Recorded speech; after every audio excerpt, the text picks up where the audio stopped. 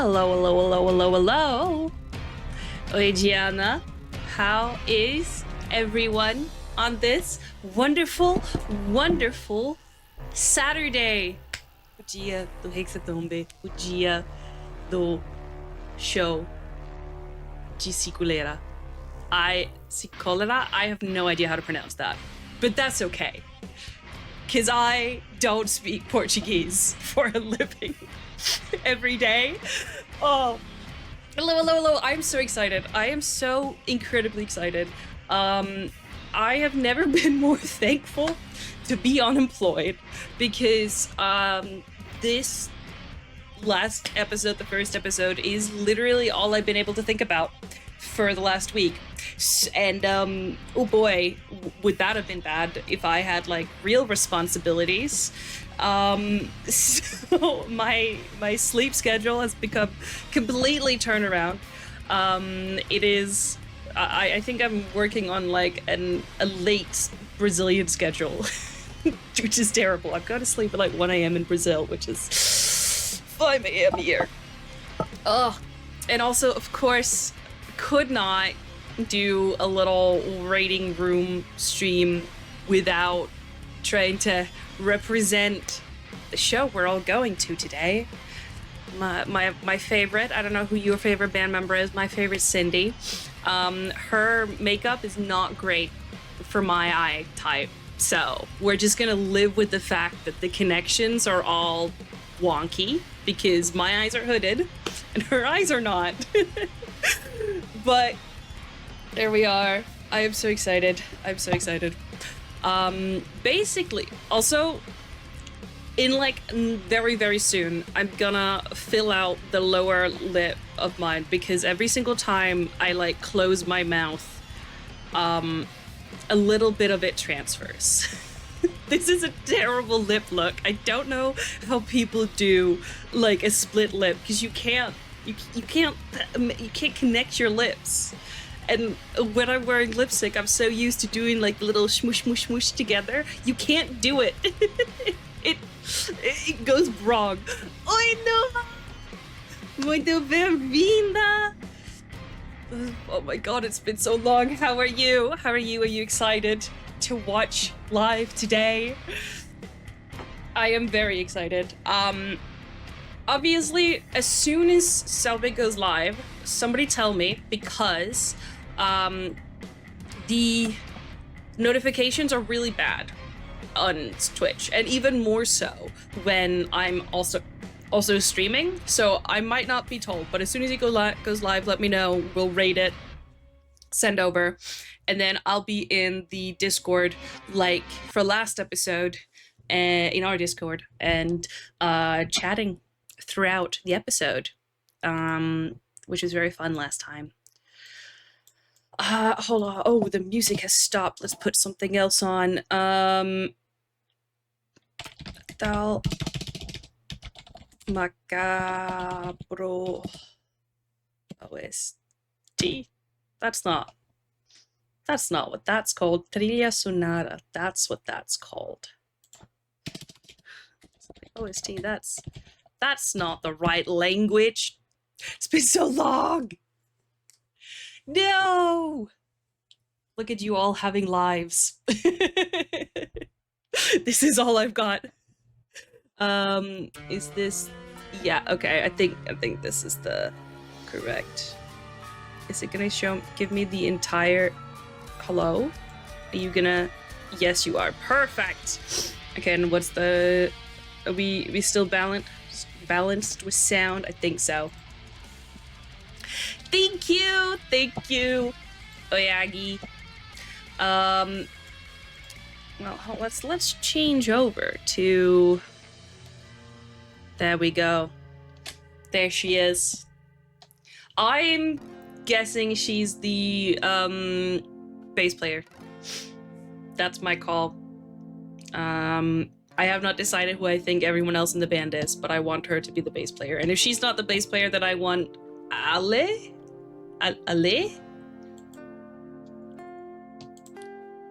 This one to be the bass player. Oh. But yeah, the idea for these streams was partly to hang out before Ordem, and also partly to talk about thoughts from the previous episode and like just general theories, maybe look through some like the hashtags for some fan art, if there's any like fun stuff you guys have seen throughout the week that you think we should take a look at. And of course, even though like this is my Miro board so far, and my plan today is basically just to like start at a section and ramble through it at you.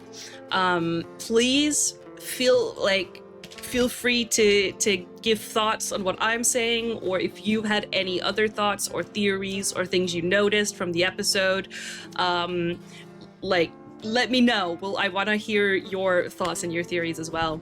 And I think next week the plan is that Gabs is going to join me. So we'll have like a little bit of a conversation, and I want to do that going forward as well. If anybody else wants to come on and talk with me, who's like, you know, regular in chat that like I know you from the Discord, let me know. Oh, hold on. Let me just do help spread the word of the stream. Wait, then. Let me just. Oh, right. Yeah, you can see what I'm doing. What's that? Thank you, Numa. Yes.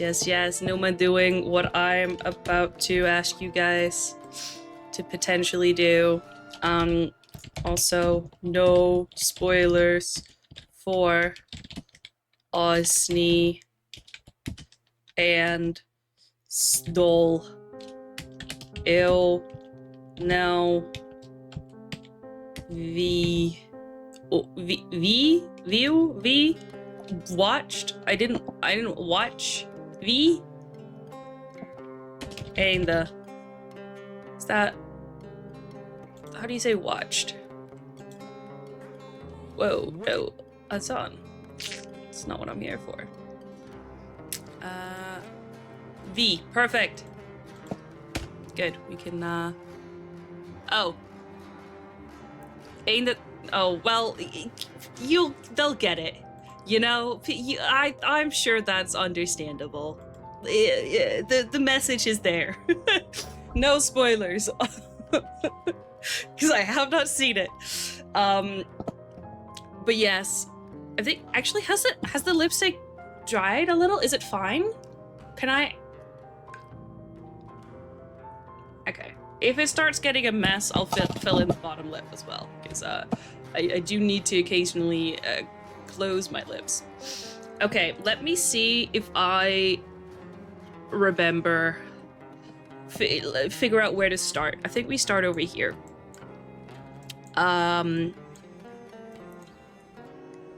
These ones are not important. These ones we can move. Oh. Oh no. Oh. Huh? What? Fixed it. Fixed it! I will also say I had a really great time rewatching everything with Izzy, and oh, thank you, Eden! Obrigada. And we recorded it with the intention of like doing some light editing and putting it out as like a non-live VOD of us watching me theorizing her reacting for the first time. I spoke about it on Twitter and it got a lot of likes. It was very, very popular. And we had such a good time that we recorded for 16 hours, which is a very long video to put out. So I'm not entirely sure what's gonna happen with that, just to let you know. We're gonna try again for this episode. and then maybe to have a bit more of a plan so that it doesn't end up being 16 hours. It literally took us 2 days, 7 hours the first day, 9 hours the second day. Aiden's been helping me going through the footage so far. I think we've gone through like 4 hours of it. So yeah, you know, that also means because I'm doing the streams Saturday, I'm gonna make some clips about some of the theories I talk about, but obviously everything will be delayed by a week, but I hope that's still fun. Yeah. Okay, can you tell that I'm a little nervous because it's a new... Still gonna fix the first bit. It is... It's the first of 6. There's 6 of them. The first day 2, the second day 4. It's ridiculous. But yes, it's new thing, you know, and it's been a while since I've done like Ordem stream stuff on here, so you know, I'm just rambling myself warm. We'll get into it. But also, as soon as I got like, this is the layout that I use for watching Ordem, and got the episode up, and I was just like, oh, nostalgia. I've missed watching Ordem on stream with someone. So as soon as this season is over, we're going straight into Cellbit and Aguiar. I miss watching with all of you. Yes. It's been long awaited. It has. We could have done it, honestly. We could have done it. Also, Ada, thank you for the 3 stream streak. Stream streaks are new. Everybody has them now. That's awesome. Let's see. Let's battle it out. Who has the longest stream streak? Osni is my top fave, but I feel like HEXATOMBE has a good chance to top it. I've heard a lot of people say that Osni is their favorite. I'm so excited for it. And I think HEXATOMBE is going to be a really great season. The fact that I have all of this from just like the first episode, usually it takes me a couple of episodes to like figure out, okay, who are we dealing with? What's going on? What's the like framework? And then start making theories. But I think the intro here was really strong. Even if like you haven't watched Ordem before, if we're talking just as a story, like storytelling narrative, the intro, the hook was amazing. The fact that like you have these characters that don't know who they are, all of them got into characters so quickly. I was incredibly impressed because I've been in that situation of being thrown into, here's a character, now act. Granted, at that time, I didn't actually know I was gonna play RPG as well. It was kind of like a spur of the moment decision. A friend of mine was like, oh, do you want to test something out with me? So it's you know, it's a lot, and I think they all did really, really well.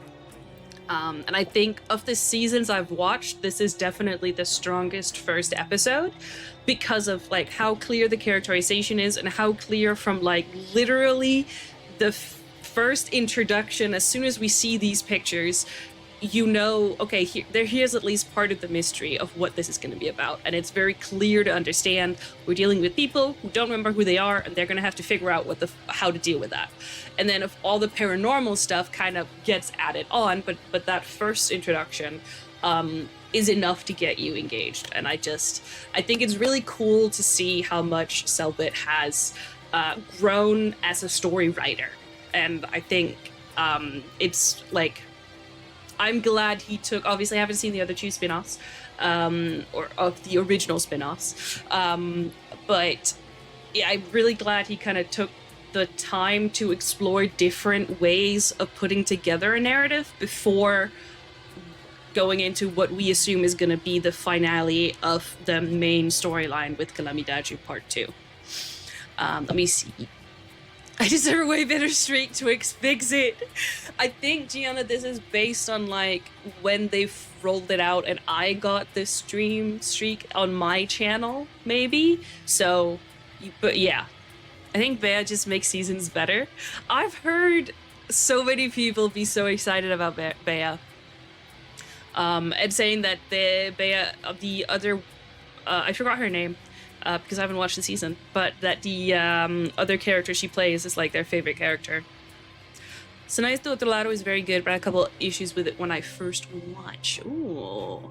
Your favorite is Sinais do Outro Lado, but I'm biased. Can you tell me why you're biased, or is that a spoiler? Like, I know who plays in it, and I know their names, the character names, and like the character designs, but that's it. Like, very superficially.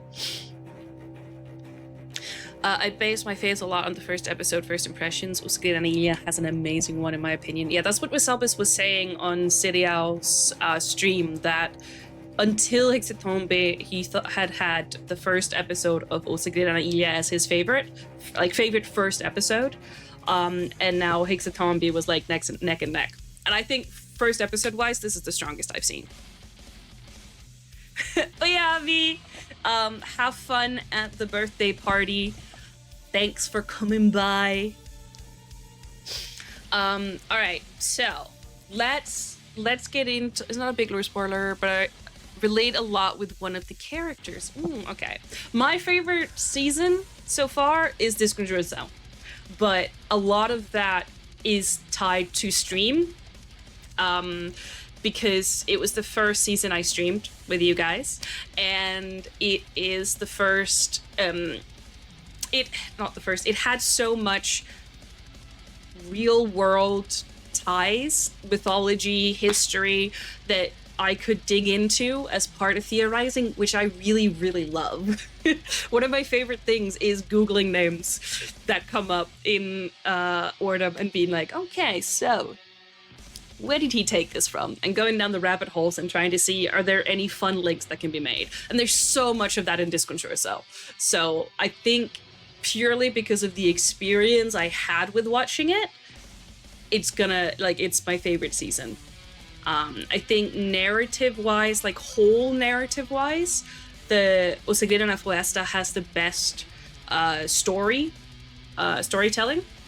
and Calamidade has the strongest character/acting moments. So those are my thoughts. Still think O Segredo na Ilha is stronger to me, but it might just be nostalgia. Well, Numa, I will let you know what I think when I get there.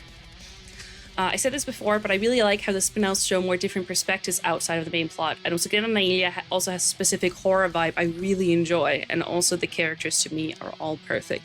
Yeah, I really love anything that fleshes out the world building, and especially stuff that deals with like almost like the philosophy of the Ordem universe. Like, for example, like, how does Ordem feel about the afterlife? How do they feel about souls? Do they exist? Like those type of questions that are like what makes what rounds out world building, but it's more, it's not something that's easy to like write down and be like, yeah, they think ghosts are real, but zombies don't exist, you know?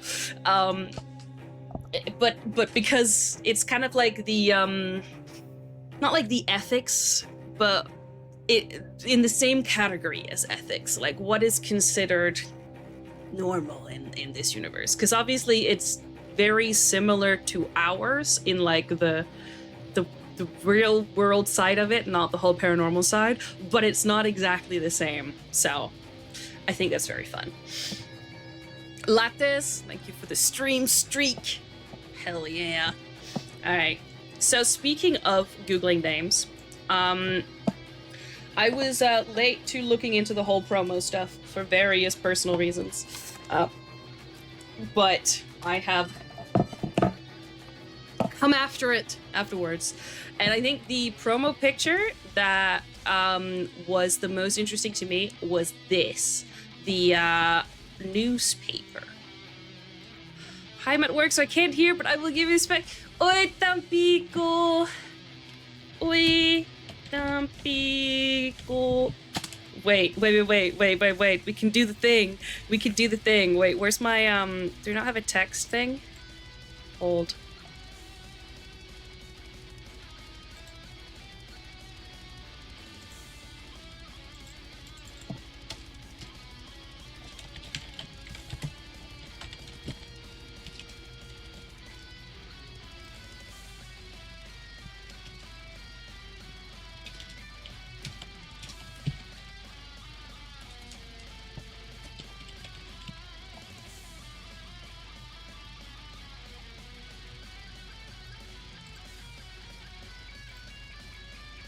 Did it work? Fuck. Wait, it didn't work. Hold on. There we go. Imagine watching. Layers! Okay, layers! Is Pogly on? Oh, not on this one. Oh, good catch. I'll get Pogly on here. Browser. Pogly.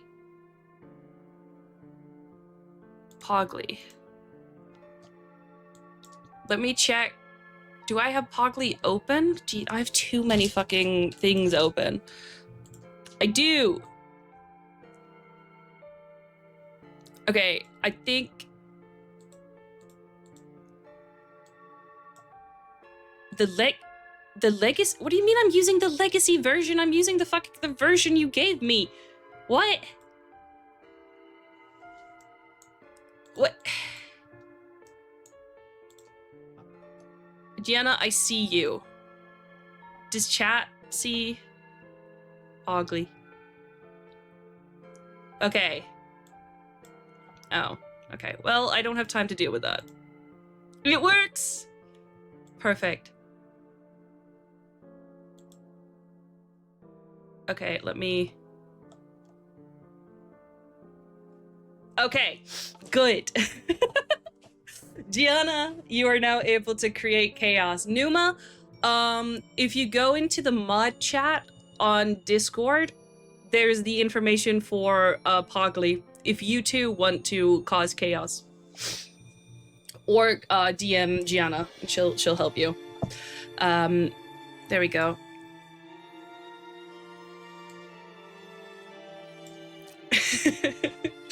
All right, so this is the picture I've been focusing on the most.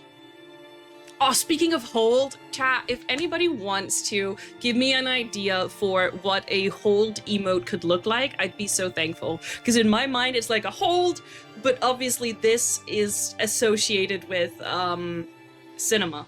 So I don't know what like the visuals should be, but we use it so often, I feel like there should be one. Okay, back to the newspaper. So, the thing that I first caught my eyes, there's this the thing about the artifacts, but we'll get to that. There is right down here the mention of a Pope Paulo V, and I was like, all right, you've mentioned a historical figure to me. I'm gonna have to go Google him. It's what I do when I theorize. So what I did that, and we found the Pope, and not that very far down on the wiki page. I would show you, but my thing, tab suspender, is being real annoying. So I don't think that's happening. I don't think it's good. Oh, it did. Thank you. Here, as you can see, this is Pope Paul V, Bishop of Rome, from 1605 to 1621. So that's the time frame that the artifacts that were mentioned here were made. And not that far down. Oh, what's that? He was made Cardinal Priest of Saint Eusebio. Eusebio? I recognize that name from episode 0 of Calamidade. And he was the neighbor of the people they were talking about when looking for the whole devil stuff in episode 0, the neighbor of Elsa, who obviously had the kid with Juan and the devil show, Devil Circus. This is Google Translate. And who was also very sus with the radio and Anfitrião and the truth is in the radio and stuff. Obviously, seeing as this is a Sangi season, it would make sense that there's going to be more about this whole devil show, Devil Circus, and I feel like it could be a coincidence. It could be Eusebio. Yes, that is what I whenever I saw his name in Kalamidaji, I would be like, it felt like Eusebio, which feels like a way of saying I knew, which I know isn't the correct way of saying it, but it's just funny to me. But yeah, sometimes when I've like Googled stuff and found names and then made a connection, I was like, oh, okay, maybe this is just like a fun little, like, maybe it's a coincidence, but it just feels a little bit too much of a coincidence that this pope is mentioned by name and it's a Singi season and it's literally the second paragraph when you open his Wikipedia page. So this, coupled with something that Lattice mentioned to me, look, I screenshot it, that people had been pointing out that the poster for the Psikolera, wait, hold on. I was explained cholera is leash, cholera is anger, so it's Psikolera would be the thing. I don't know. It mentions Você não vai esquecer desse show, which is similar to what was said when the Circo do Diabo returned with like a show you'll remember forever or for the ages. Cholera is also the disease. Say it like leash. Psikolera. Okay, my heart desires Psikolera. That feels better in my mouth. Oi, Tampico! Welcome. And so the whole thing we know of the original Circo do Diabo was that like people died, blood, macabre shit everywhere. And the season of this being called HEXATOMBE, which is a word probably a wordplay on hecatombe, which was a sacrifice to the gods in ancient Greek, where supposedly they would have sacrificed 1,000 oxes, but often less than that, at like very special occasions to like thank them. Hexa, of course, meaning 6. Everybody knows this. We're just going through it all just to have it all nice little bow. Would make sense if... Wait, there's one more thing there as well, I think. Hold on. Thoughts? No. Yeah, it would make sense if the circus originally, and potentially now the show, was meant as a giant, big sacrificial moment in order to either please or invocate o Diabo. Also because we know that like the brothers made contact with o Diabo after the circus and stuff like that. And furthermore, in Natal Macabro, there is the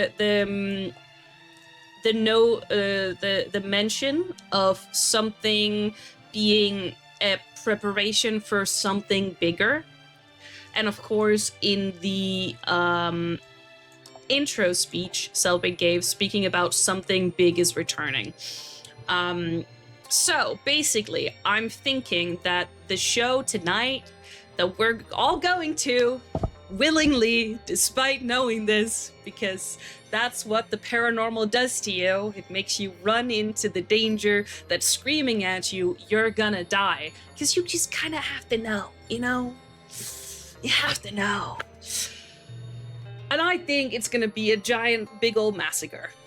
And it's gonna be, like, in the place that what the circus was doing back then. And we're gonna be learning more about that, what that was, and I think it's gonna be a step in like a bigger chain of rituals and chain reactions, which the ritual of the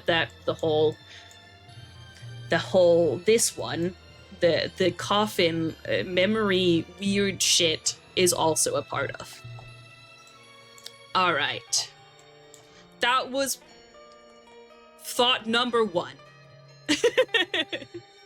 Modern day Circo do Diabo. That is my biggest idea for what is about to happen. Let me check. I think it is cholera as in anger and rage, but no accent. My autistic brain doesn't accept it. I understand, Aiden. Psikolera is drinking the sleep token water and doing a ritual mid-show. Basically, yes. So, and now we've mentioned the ritual. You mentioned stuff that happened in the Tamo capital. There's obviously the big question of what the fuck is going on with their memories. And a lot of people have had the theory that these guys are not themselves in their bodies. And there's also a strong theory going that actually they are the same, or like the entity, the mark, the players, however you want to refer to that, is going to be the same for both of them. I'm not going to go through why that is, because I'm not sure I completely buy it. Part of that being, whilst I do see that there are some things like with the writing, the similarities in like gender divide and stuff like that. So I'm not going to be like surprised if it turns out to be true, but I think I'm leaning more towards no. Part of it being this whole ritual, or at least some kind of thing, like it just seemed too planned, you know? Like I said, both Alice, the Acasadora, spoke about this is preparation for something bigger. Jorel, when he put on the mask, was saying like an objective was accomplished long ago, and Jae was asking Jorel if he wanted to help find the crown of thorns. Like it seemed like there's been this really solid plan for what's gonna happen, the steps of it. And we know that part of that plan was the show. But the message, I don't remember. Why do I have the text messages on here? I'm not entirely sure if I do. Okay, I couldn't find it. Hold on, give me a second. Hola, Deki! Let me pull up Discord. Because I think we have all of it in there. Where is, I need evidence. Yes, there we go. Okay, let's just, let's plop that down here. So, this text, of course, being used as one of the reasons why Dalmo and Kyle, I think, maybe? No, Eloy, could be the same person because there's the whole talking in all caps, which is suspicious that it was pointed out. But, here, meu contato já confirmou, vai ser algum tipo de show, ele disse que explica o resto lá. It seems like, you know, there's like, it's gonna be some type of show. It doesn't feel like these people are involved in making the show, but it's obviously something they know is gonna happen. So it would feel weird if it's kind of like a body swap situation of these two groups, because why would you know? And why would you, if you were planning on doing that, why would you body swap before the show when there's gonna need to be somebody in these people to play, you know? Let me see. talking about Alice's. You know that great song at the end of the episode is Alice who's singing? I'm really hoping she's playing as one of the Psikolera. I know it's not happening. Lattes, I want that so badly. Okay, that's the other thing that I don't think it's happening, but what I truly want in my heart of hearts for Psikolera to be is an actual band that they put together for Ordem, and that at least one of the episodes is gonna have like an actual performance. I want some RP away from the table. And I actually tweeted this at like out, and I added Alice saying like I really wanted her to be the lead singer, and then she replied, guys, I can't scream like that. So I was like, no.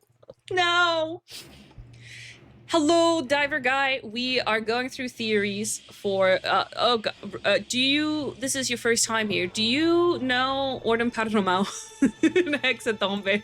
Otherwise, this is gonna get real confusing, because that's what we're going through. I'm leaning towards a theory that there are different blood groups that have the same objective. Maybe get the devil or a relic or something.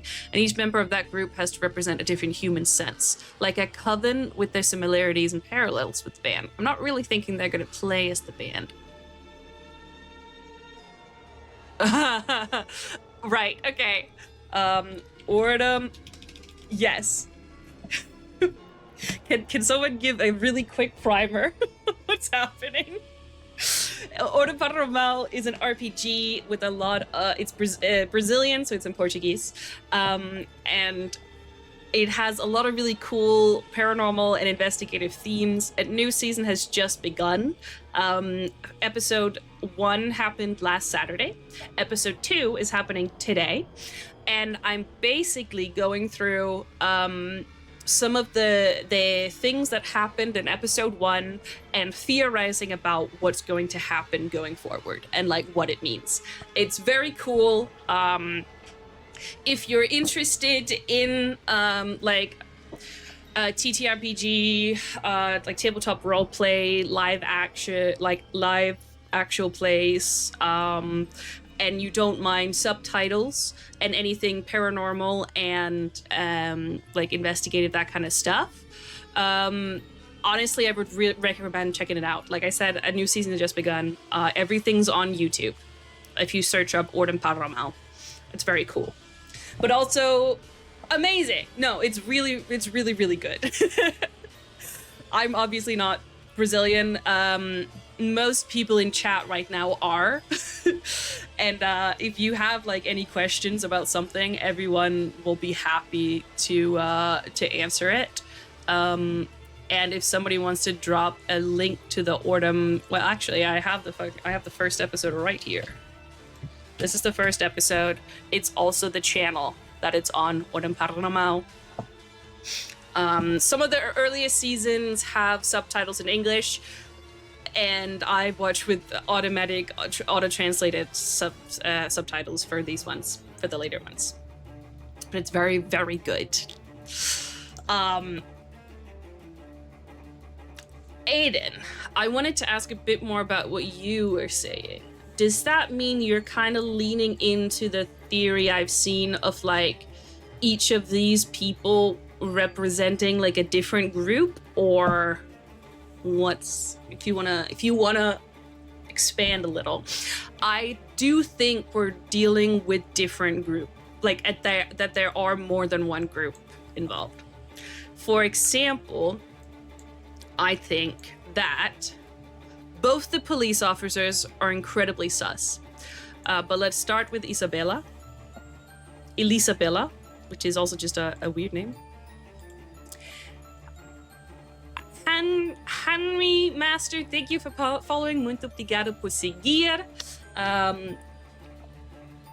If you want to say hi, let us know which language you speak and all that. Feel free to do so, but it's cool if you want to learn. Se você é brasileiro, você pode falar português em chat também. Tá tudo bem? Elisabella, who is an iniciação, exactly. which is already so cool that there's like 2 people coming back from Zizao and Diskussionzao. I have thoughts about Jeremias as well, but Elisabella's design. Then first of all, this I cannot, even if she's a stylish lady, this does not feel police to me at all. And it was even pointed out that it was like weird about how flashy and stylish she was. But the way that she's using her jewelry and the layering and the types of jewelry we see reminds me a lot of the jewelry that we see on this here guy. They kind of have, I feel like, a similar decade-ish going on as well. And this guy, I agree that there's definitely more to him, and it's sad that he died straight away, but like, what can you do? That's what happens when you burst into an assassin's room and start trying to kill them, you die. I'm very confused by the whole design of having all of these nail guns stuck inside of him with fresh blood, because that means he just did it. And I'm like, did he just do it today because he felt like it? Or does he redo it every day? Like, what's the deal? But unfortunately, he is dead. So he can't answer. But I think this is a different occult family. They give kind of mafia vibes, not gonna lie, with like the fake gold jewelry. I like the artwork. The artwork is so good. Oh my god, especially this season. It is beautiful. Oh my god. And like, listen, we can just give a little like the freaking the work of the tabletop. Look at that, like, oh, he's waking up slowly and then it's slowly going into focus. It's first person POV, looking around the room. It's so smooth. It's so good. Ugh. Yeah, there's so many moments. I think during the fight, we all know that I'm not a person to really pay much attention to fights. So what I was doing whilst watching with Izzy was being like, oh my god, look at the water reflection. Like, look at the lighting. Whoever was in charge of the lighting on the tabletop for this, in particular this part, mwah. Beautiful, beautiful work. It's so good. The depth, the details, the reflections, the shadows. Look at that. Look at that water. It feel like that's real water. That's real water. Beautiful. Oh. Anyway.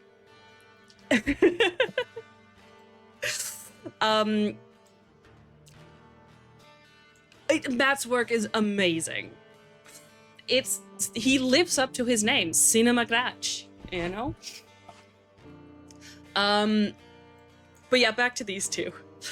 Because not only is her outfit sus, the way that she was like, oh yeah, you just go get that guy. I don't trust her to go in there, but like, you can just take him anywhere. It doesn't matter. It's fine, whatever. But like, she can't go in. It felt really sus.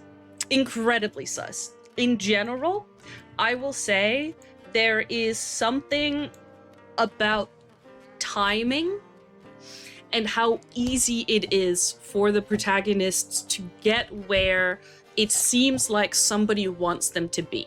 That stands out to me. Which I will come back to a bit when we come up to this part. I'm trying to... I'm really trying to, like, make sure I like weave the theories together in an order that makes sense, but we might be jumping around a little bit.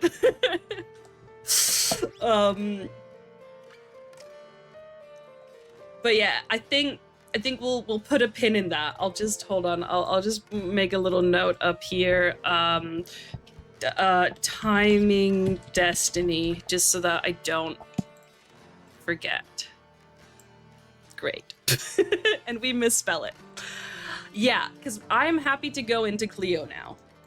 I know I mentioned this down here, but we can do that next, because we're up here with these characters now. So yeah, I think Elisabella some kind of mafia vibey cult with this guy, and who's infiltrated the Sao Paulo police. Now we have Cleo, who... God, I need to drink some water. How's my lipstick? It's fine. It's gonna get ruined now. Oh.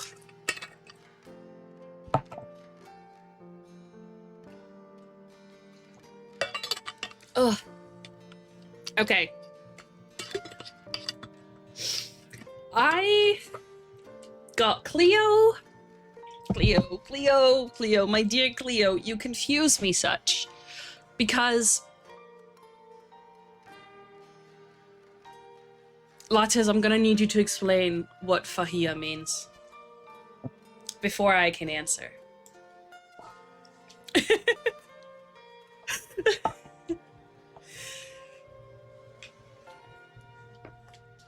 Would you hit?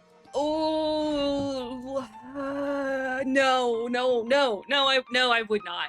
No, I would not. She's got too much stalker vibes, okay?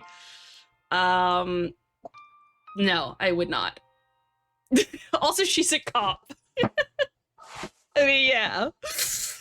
But you know, I just feel like if I'm down for several of the probably serial killers in the band, or like the confirmed serial killers, then maybe cop is not the worst thing that can happen.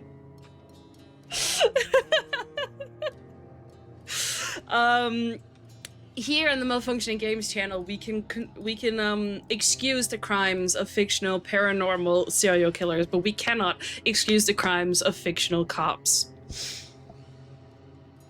Aguiar is both, so, you know.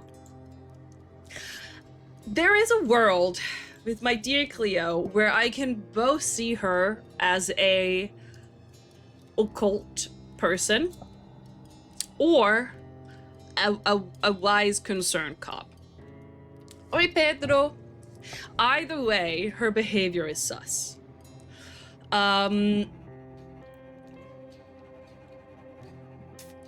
One of the things that bothered me, I'm gonna be really honest, I didn't pay much attention to her on the first, on the first watch, but it was also, you know, live in the middle of the night. But with Izzy, I immediately was like, wait, hold on.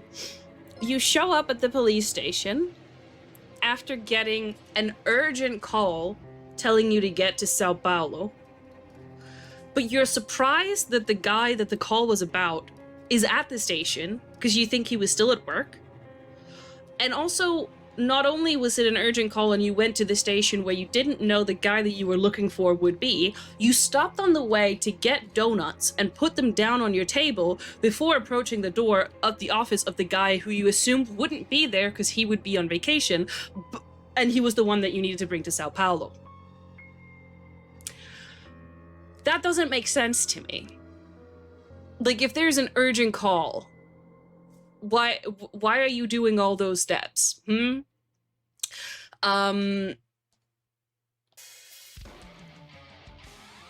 only paid more attention to it editing your video. Wrote about it in the server right before you started mentioning you were also sus. Wait, are you saying I'm sus? What? What have I ever done that's sus, eh? Okay, so was there no chat? Yeah, Numa's back. All it took to get her back was a little bit of Ordem Paranormal. Numa shows up for two things. It's when there's mysterious cubes at the Rusty Lake and when there's Ordem. Oi, Bella! You're not sus. You are a glitch, true. Hello, no sub notification? What do you mean? You didn't get notifications? Okay. Oh, Pedro! You didn't know, you're so... Oh my god, you're so right. There is no sub notification. HEXATOMBE! Pedro, muito obrigado pelo sub por 17 meses? Thank you so much for the subscription for 16 months. Munch? Wow. Okay. No. No, that's what it is. No, actually, Jesus says, I actually need to work on getting that set up. This is 17. Well, I thanked you for a month in advance in Portuguese and for munching on something 16 times in English. So you take that however you want, okay?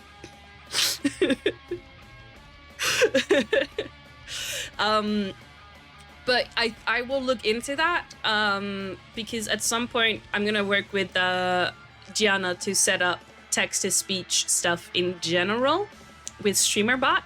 So I will make sure everything's working.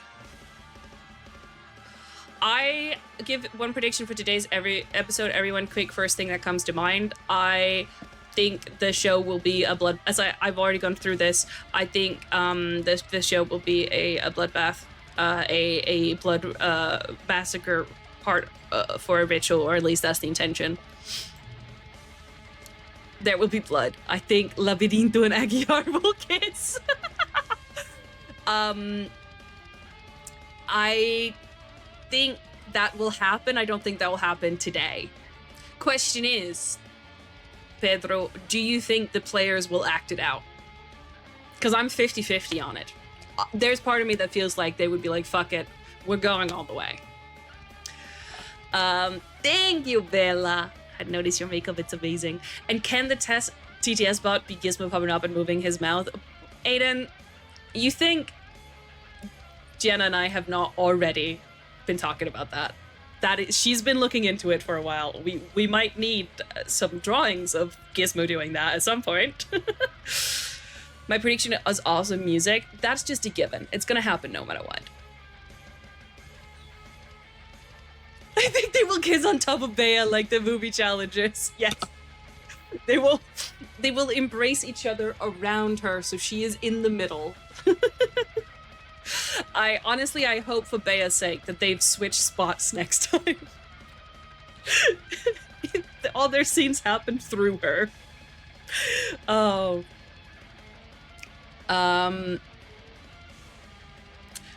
Yes, so Cleo, there was that thing. There was a whole thing which we discussed in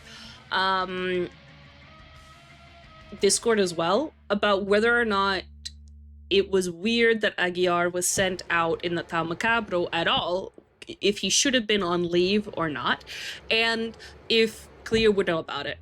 There are definitely sus things about him being there. You know, that it was him as delegate and not a police officer, that the person on the phone sounded surprised that Aguiar was there and then said, oh, I'll call him to come back, and then never followed up, and the way the person on the phone acted, not trying to calm people down. Yeah, exactly, Aiden, that you were really batting for that one, which I agree with. And by the way, if anybody says any theory stuff in chat, I will look over and periodically like bring it back out and bring it up, just to not mess up the train of thought too much. So I will ask more about the Panacea. I just want to finish off another section first. So on one hand, because as I said before, there's something about the timing of how the people all showed up where they needed to be at the same time, and Cleo technically shouldn't think that Aguiar is at the office. She says so herself, but she goes there to get him, gets him through Sao Paulo without traffic on the way, right when she needs to, which makes me feel like the whole thing of like maybe there are several cults kind of working, like Aiden said, working together to the same goal. Whether they're working together or kind of combating each other, but having one of those like we are with each other until we are against each other kind of moments, like with As Máscaras and the Order. I'm not entirely sure on, but there is, you know, there is another version of this where she is one of the police people who has been looking into the stuff that Aguiar's been doing, potentially an undercover order agent, because she's only been there for like a year, who knows? Because to me, it was also strange how readily available and well sorted the folders on Aguiar's computer was surrounding the murders that he has been doing. It kind of felt like, oh, maybe somebody has been, in his absence, using his computer to snoop around and to collect information on it. It would explain, if she knows that something's going on and isn't the way that it should be, how intensive she is on trying to get information out of him. And also why she seems to be like following him around when she shouldn't be. So that's another one. Wait, my dad's here? Yo! Hello, Dad. Thank you so much for 15 months subscription. Tusind tak for 15 måneders subscription. Hello, hello. Well, joy, Dad. Rejoice. Ordem has returned.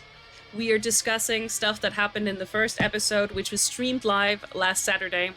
And in 2 hours, the second episode will go live, and I'll send everybody over to watch it. That's what's happening.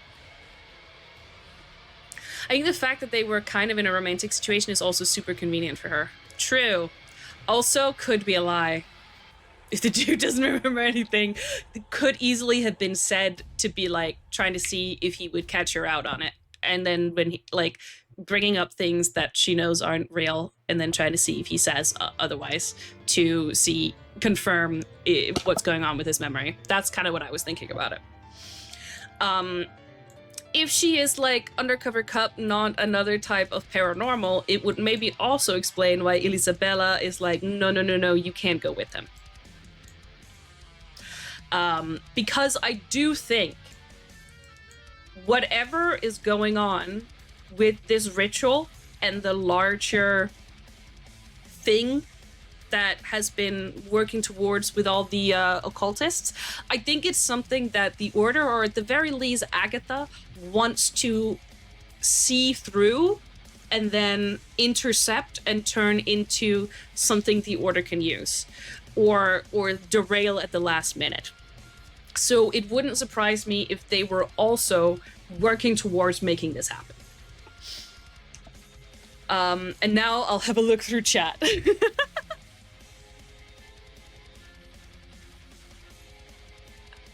Wait, you're leaving? Pedro? No, then you can't tell me what you think what's gonna happen to Panacea. You can't just be like, I think Panacea is gonna...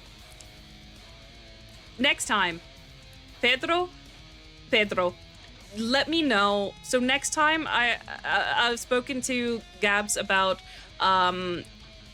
doing this with me. I want you on here at some point, and then you can tell more about that. Have a good time. Thank you for stopping by. I was thinking about, if she is undercover Order, wouldn't she be with Agatha and not sneaking in the street? True. There could be the whole, she doesn't want to give her cover away. She could have gotten there with Agatha and stayed outside watching what's gonna happen. Because then she'll still be like a third party. Or she really is just a suspicious cop. Because we know that other cops have been sniffing around and then got killed for sniffing around. So she could be another one sniffing around, and that's why she was highlighted in his file, because he was like, yo, look out, there's another one I'm gonna have to deal with at some point.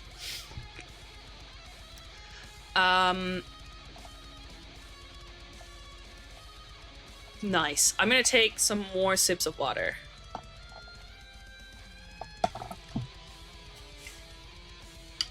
I think if she was with the Order, she would know Aguiar wasn't Aguiar like Agatha did. True. So she might be a nosy cop.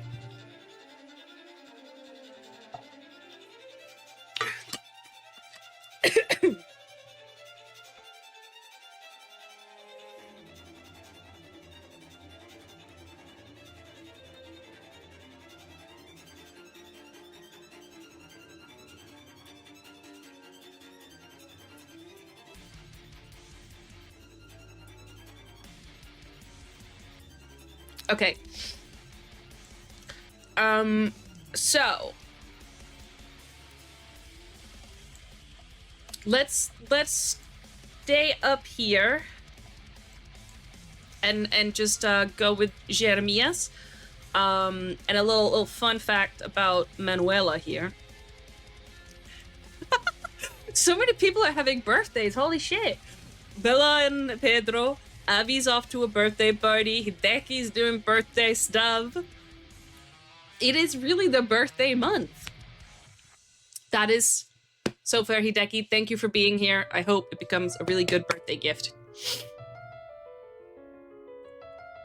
Where's this one party everyone's going to and no one invited me? Thank you, Hideki. Thank you. Buenos noches? Buenas noches. Adios. So, Jeremias from Disconjure obviously is has gone through some shit, and I also feel sorry about that. However, I think it's very interesting that, you know, obviously he confuses, probably, potentially, Labirinto with a scripta, which, you know, markings all over, you understand. But the way he describes the Order as always watching from the shadows, they are always in the shadows, to me, immediately was like, ooh, who's always watching and who's always in the shadows? As máscaras. And obviously, that's an interesting thing, considering the last we saw these masked entities, they were not very alive. In fact, a magistrada kind of got de-magistrada-ed, and the mask was brought, I assume, to the order headquarters. But to me, it sounds like after having had a little visit down with the Order, he has somehow made contact with As Máscaras and the whole reliquia or entity thingy mabob of conocimiento, because of the way it was specifically said. Also, it was specifically, clearly something Cellbit wanted to come across with how much how much it was repeated, and like Labirinto did not have a choice but to speak to this guy. The Máscaras show up there, no? Maybe it was after that. I don't remember if Jeremias is at the Order when the As Máscaras show up, to be quite honest. But that's actually, I should probably, that would be a good thing to double check. We'll note that down. Double check when Máscaras at Order.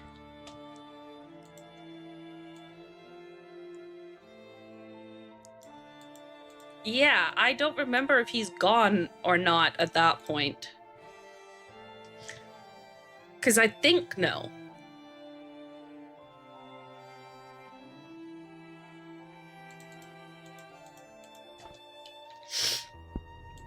He left. He, like, at some point he went back to the street. He was like, I don't want to be part of this.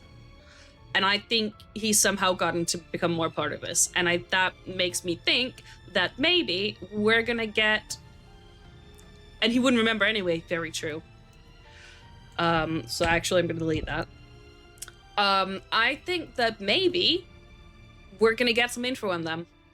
Or potentially this is just setting up something for Calamidade Part 2. But since it was so insistent, I think that something about the masks are gonna come into play this season as well as with Diabo. Oh.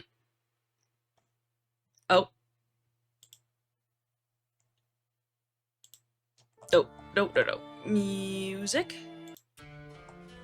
And then can I not get you to... repeat all. Okay, good.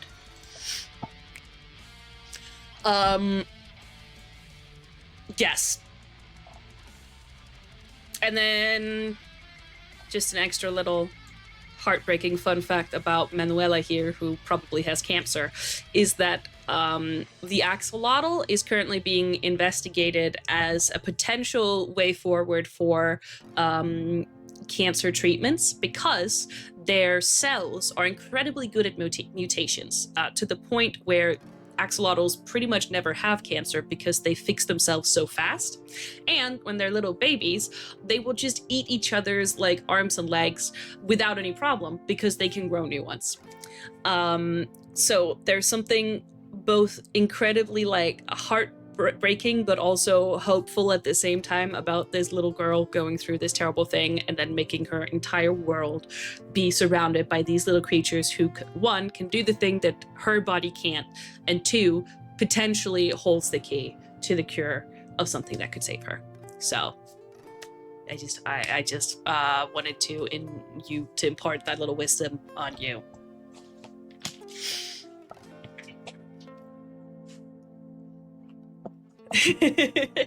Axolotls are cool, okay, guys? Yeah, Numa. Oh my god! For those who haven't seen yet, the screenshot? Hold on. You know the Feliz Aniversario Manu that was in the episode? Wait, if I go to just chatting, I can bring up the GMs to find it without showcasing. Yes, without showcasing the GMs. Here we go. We can go back to... There we go. As soon as this came on screen, I screenshot it and sent it to Numa because Manu is her IRL nickname. And like the week before this episode was her birthday, and she wasn't watching because she was on a birthday trip with her friends when this came up. And I was like... Cellbit knew. He has to have known. Look at what he did for you. Look at what he did. That is awesome, Maggie. I love axolotls so much. So yeah. I'm sorry, Noma, you're gonna have to now also be an axolotl, as not just a raven.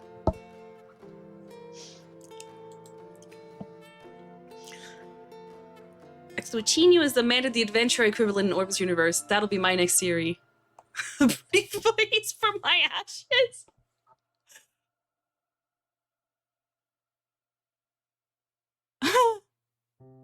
Numa.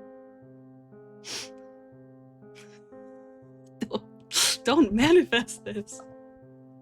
Oh. Okay.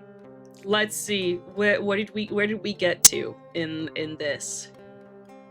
Right. Let's go to this section here.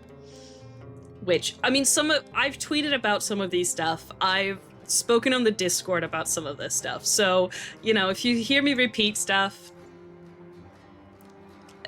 sorry.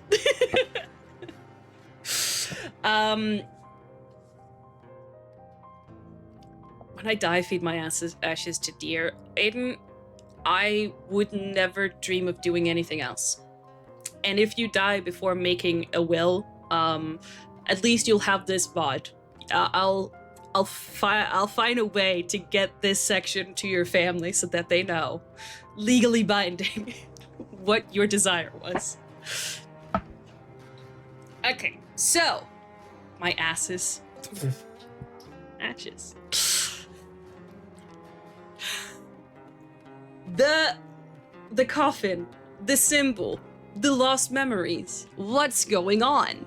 There are many theories about this. I think I am currently leaning towards, whilst I originally thought the whole like, oh my god, body swap, somebody else is inside them, that it's still them, at least part of them. And let me just think about what the next sentence is gonna be here.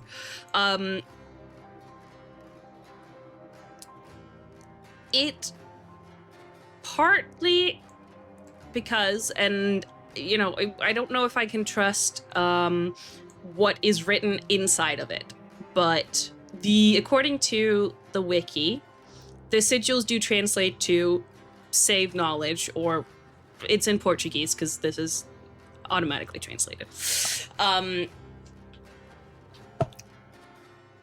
And the fact that it seems like they can sometimes remember tiny bits, or at least they will also start to begin to, feels like there's got to be some kind of connection to who they were from before. From afar, I keep thinking the coffin image looks like someone's head and the shadow is their shoulder. Oh. I just feel like there is missing a head right here. But also, the monster. It was the idea that I saw a lot of people talk about the idea that the original, whoever entities, souls, whatever is inside of the characters right now, their original bodies are inside of these coffins, and that's why when that monster was killed, this lovely thing over here, Agatha says one of you just died. However, when Cellbit described the monster, as you can see, I tweeted about, he described it as a body that was still being assembled. And part of the mechanics of the monster was it trying to get closer to them to kind of shape its own form after their body, and using like the blood and bits that it got from the people to try and stabilize its own being, which feels very much like something is being created instead of something is being broken down. And as you can see, there's a little link that goes over to this area, because the other part of this article speaks of these suit of armor that were found in Malacca. And the description of them, if we go up here, says that the people who come in contact with them feels ill, and that the first person who came in contact with them got trapped inside of them and started being hurt. And then when he got out of it, he has a desire to come back and study it. And also that they were originally taken away by the Pope, who we've already spoken about, because they contained evil entities, and according to the pontiff, were acquiring a life of their own.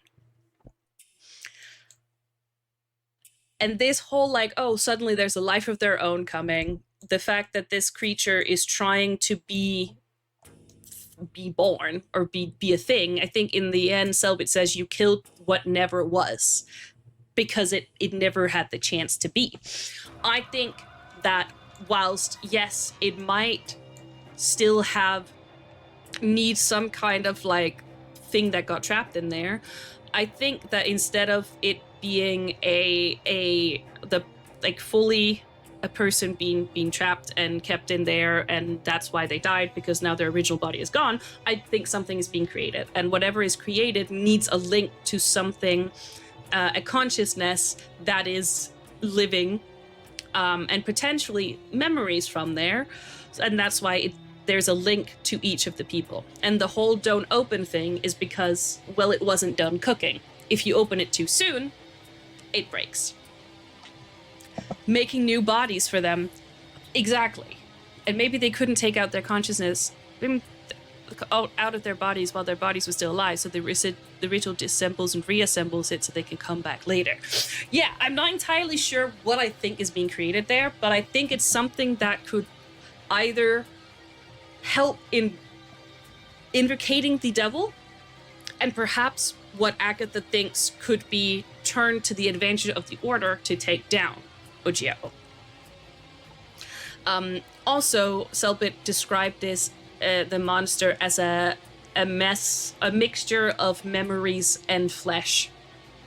So it could be that some of their memories are inside these coffins together with something else, and the link is creating a being that either they need to go into as like a superhero thing. Potentially even the things over here, who knows? I'm gonna be real, I don't have a lot of thoughts about this picture yet. But yeah, that's what I think part of this ritual is.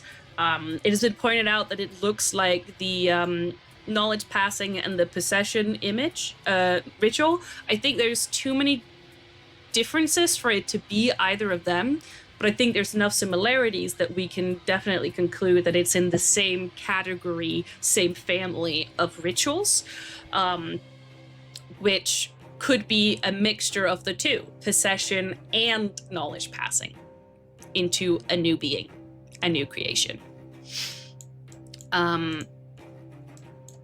That's also where I have my little fun aside thing about urutaos, because I love them. And how when I was researching the feathers on this image, the urutao was one of the only birds I could find that I know were also native to Brazil that had feathers that could fit all of them. So not different birds, but could fit every single one. And the one that could do that was called Mai Jalua Giganti, which moons, a recurring imagery in this season. And then this, which I don't know if it's anything, but it's fun enough that I want to mention it. The first thing when I saw this, I saw a beak and I saw eyes and I saw an urutao down in the symbol. And obviously the whole like memories being removed or potentially blocked off, it's very keen, it's very you know. So, yes. I want to say something about how this ritual, as you described it, connects to something else, but I can't tell you yet. No! No! Yeah, obviously there are connections I can't make because there's 2 seasons that I'm missing. But honestly, I think this whole Eusebiu and the Devil's Circus thing, and the fact that something is being created and not destroyed or kept in here are like my 2 things that I'm holding on to the most in types of theories. And then I just also wanted to mention that to me, the description of Uskasui,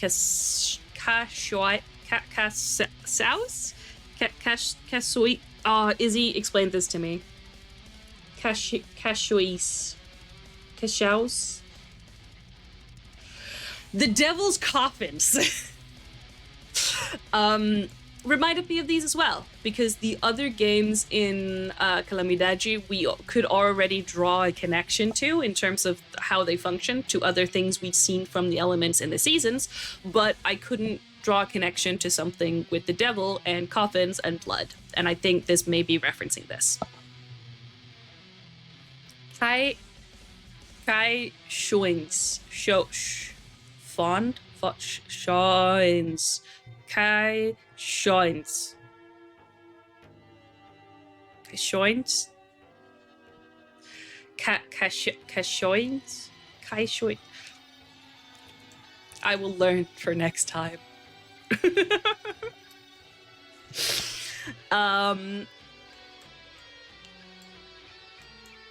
Let's see what else we got on here. What's this? So, like, since they killed the mess of memories and flesh, I also believe them dying is not only their bodies, but also that specific person connected with that coffin would not be able to regain more memories. Yeah, I don't think that they are actually going to cease to exist, but I think that it means that they will eventually die. Like, I think something's gone wrong that way.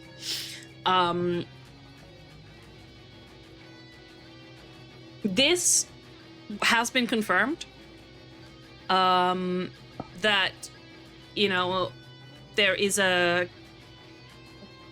purposefully a sense for each character. I'm not sure what that means yet. I'm gonna be real with you. I will say that I also kind of noticed that it seems that their first instinct of what was happening kind of got twisted into something else, which maybe could refer to what was happening the last time they had memories, maybe? Like, Aguiar thought it was insects crawling over his hand, but it turns out it was coffee that was burning. Jae thought that it was blood they were tasting, but it turned into red wine. So I don't know if there's something to pay attention to there, but yeah, that was just a fun little thing that I'm sure will come into play, but right now I'm not entirely sure what that means, except wait.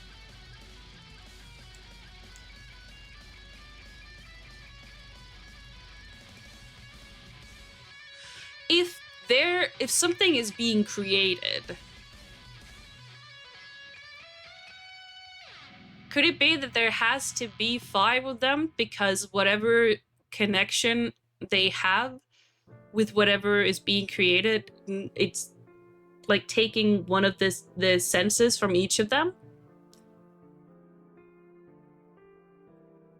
And part of the link of what they were feeling were not actually, like, it wasn't Aguiar that had felt insects biting him, but because there are insects crawling over the mass in the coffin that is linked to him through feelings. And the scent Dalmo was expecting at like a stronger, sharper scent, because obviously like a lot of just like blood and blah is not going to smell very nice. Kemi kept hearing like an echo that was taking over. I guess like those coffins could be kind of echoey. The taste of blood, that would make sense because it was all blood. And Labirinto, the vision of red continued, and then slowly through like shadows, and slowly took shape into the labyrinth.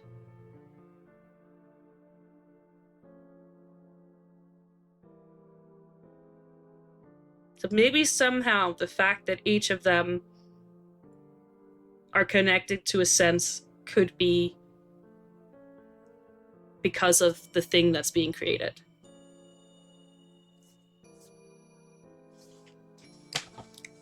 Maybe. That's my best.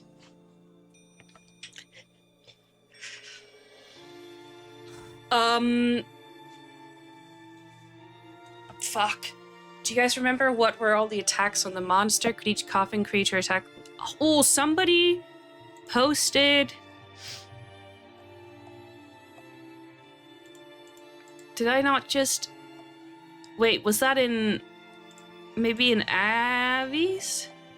I feel like I just recently saw somebody make a their own version of the creature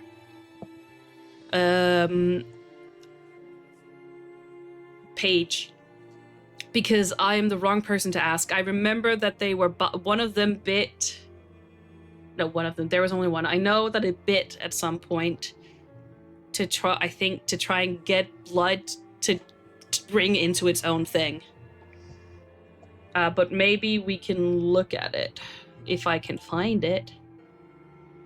Here, yes, it was in Avis. Okay. So obviously this is not official in any way. Thank you, Lattes. Energia, conhecimento, a second thing, which I guess kind of makes sense. What does it do?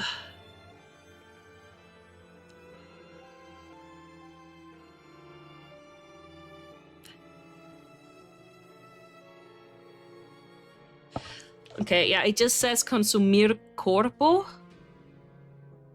O anulado parte para cima de alvo, desejando consumir seus órgãos, e corpo, o alvo deve fazer teste de reflexões. Se falhar, o alvo fica agarrado e sofre blá blá blá pontos de dano de sangue. Yeah.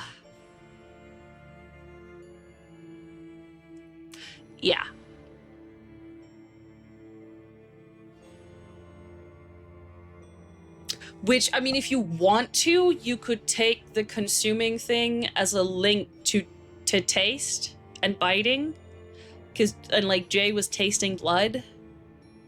But I think without seeing anything in the other coffins, it's just too hard to rule out.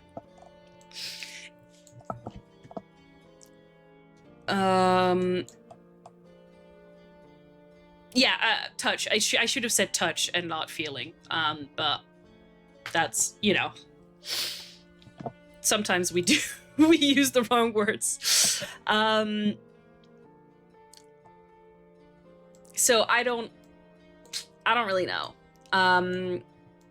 Which is also why I mean, I would love to hear if you guys have an idea of who, if you have a thought about whose coffin was opened. Personally, I think I can't, I don't think I can make a deduction on who is killed based on the information that we have, because there's so many variables and none of them are kind of, for me at least, pointing to the same people. But if any of you guys have a theory, I'd love to hear it, and what has brought you to that thing. I hope it's Cleo's coffin, don't care, it doesn't make sense. Hell yeah, sacrifice Cleo. Yeah. Let me see. Okay, so this up here is a theory that happened whilst Izzy and I were rewatching. And Aiden, I don't think you've gotten to this yet. Yes, exactly. Dissetini.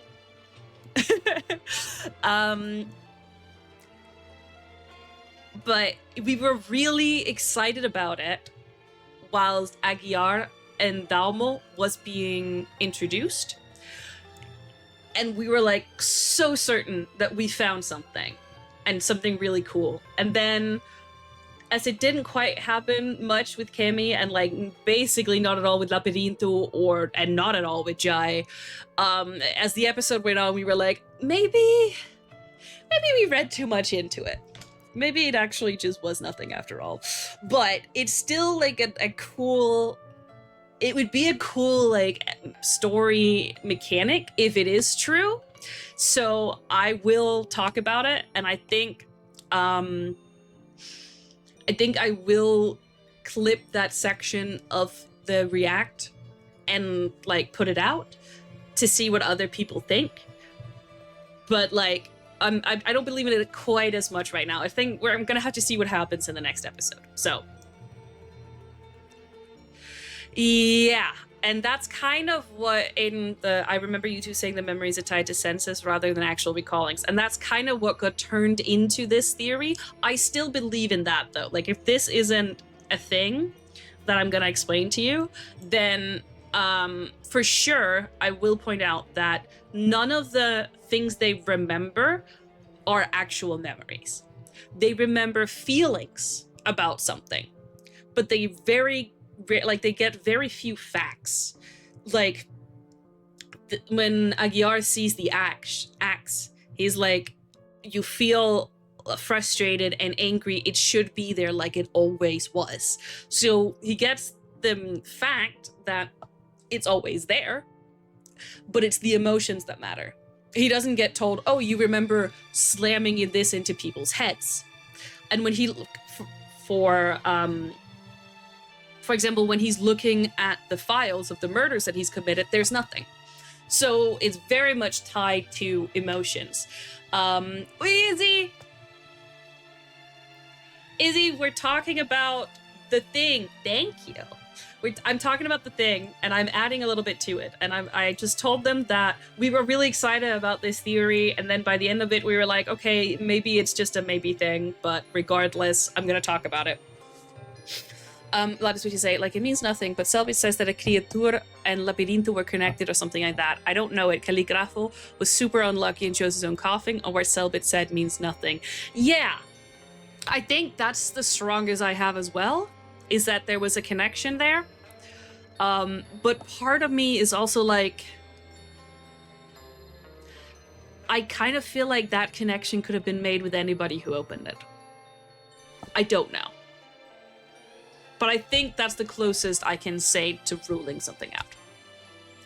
Exactly, Izzy. It would be so cool. Okay, so as I was saying, we started by realizing that it... Let me just roll back.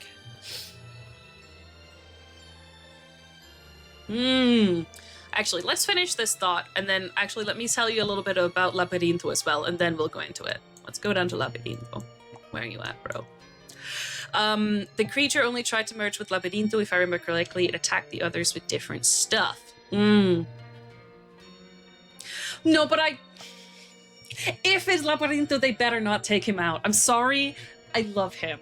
Calligrapho did such a fantastic job, and I'm so intrigued. And part of why I'm so intrigued is that I don't think Labirinto is left with less memories about who he is and what's going on than he was before the ritual happened. Because he is the only one who is not introduced with a name or a sentence about his character, which means I don't really think much was known about him before. He is also the only one that Cellbit doesn't say, you don't remember who you are, but maybe that's the best thing that could have ever happened to you, or they can't know, which he says to every single other character, to the point where the wiki even noted it down as being said for Labirinto as well, but he didn't. And he was reading out a scripted introduction part, so I don't think it's by mistake.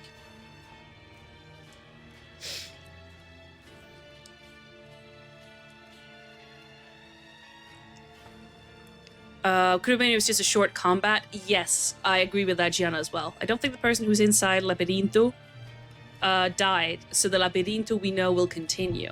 Yeah, there's Labirinto is just an entity all of his own. And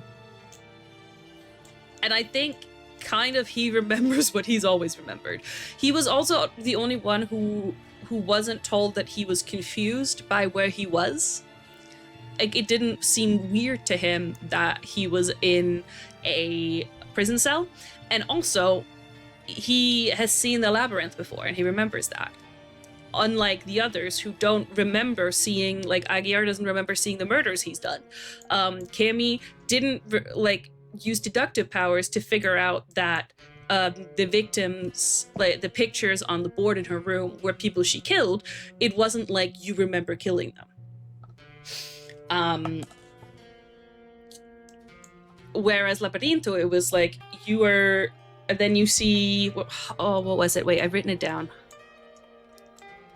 And once again, you find yourself in the labyrinth of your own making, and then you will never escape, or something like that. You were never able to get out.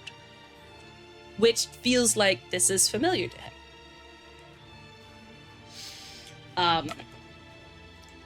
So,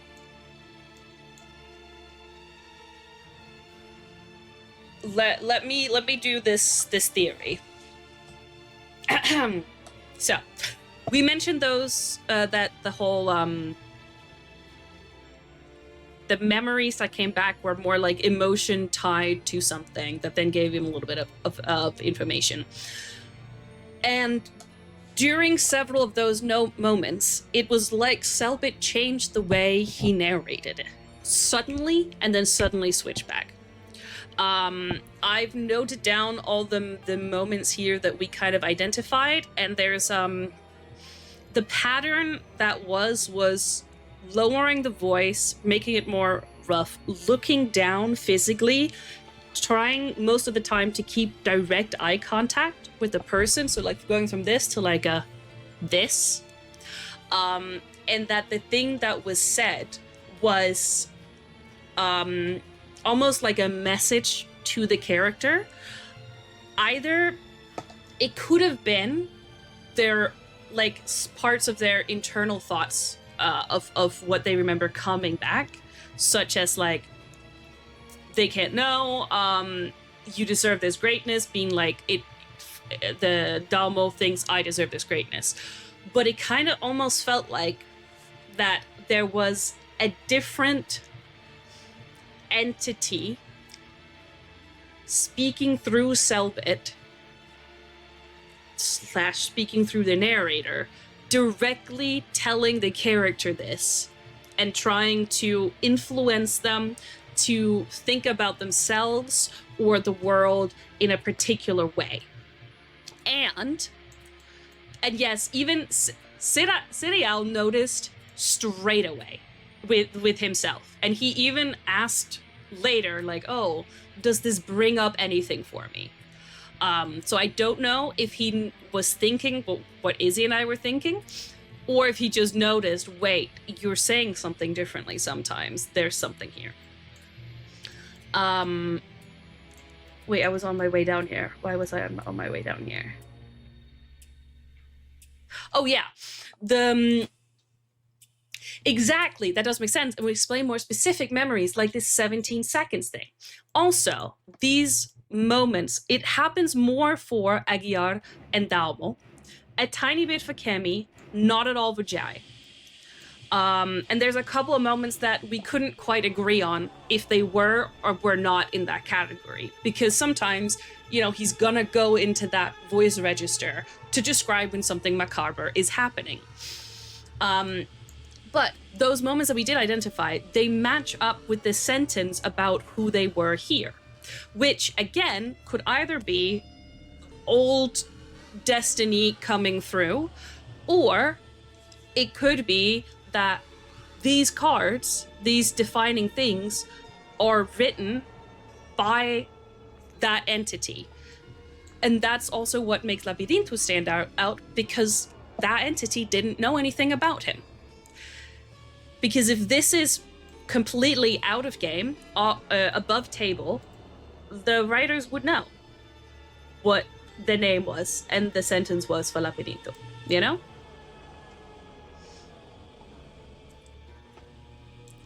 And yeah, like maybe because of the Aguiar and Dalmo was in familiar places to them, and Kimi as well. But also, we spoke about that the sentences that Aguiar and Dalmo have are more emotion-based, like Aguiar lied to himself that this was justice, but he actually killed for sport. And this blood may pay well, but for Dalmo, the glory is addictive. Whereas Kimi doesn't see importance in ideals and morale. She just kills to win, is a much more neutral feeling. Yeah. And I kind of want to see if I can bring up some of these moments. The you deserve this greatness is the one that like made us clock it, and then we went back and look at this. So let's just see 3738.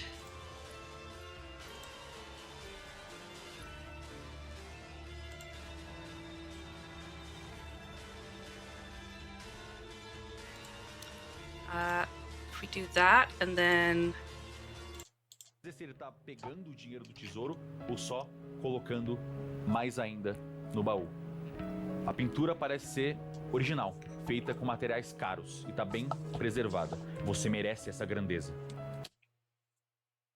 Did you catch that difference? It said, it's almost like it's pushed in the narration. He changes his posture, he's changing his voice, and then Dá um teste de percepção pra mim, por favor. goes back. and it's said quickly. And another part of this is obviously the opening, which was super short. O HEXATOMBE está chegando. Quero ver as 6 tumbas. As 6 tumbas.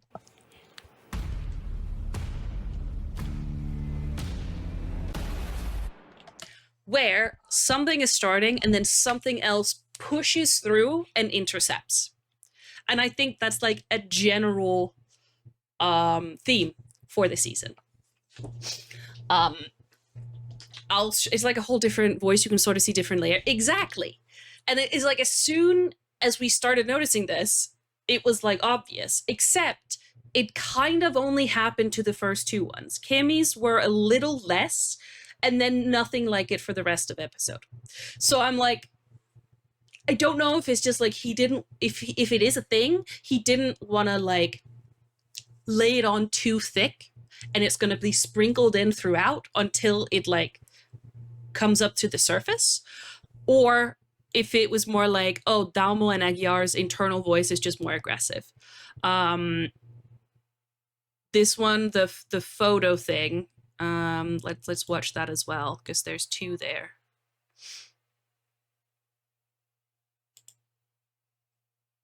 Que você é o delegado de Inquisidor do Vale. A delegado de Inquisidor do Vale, 2015.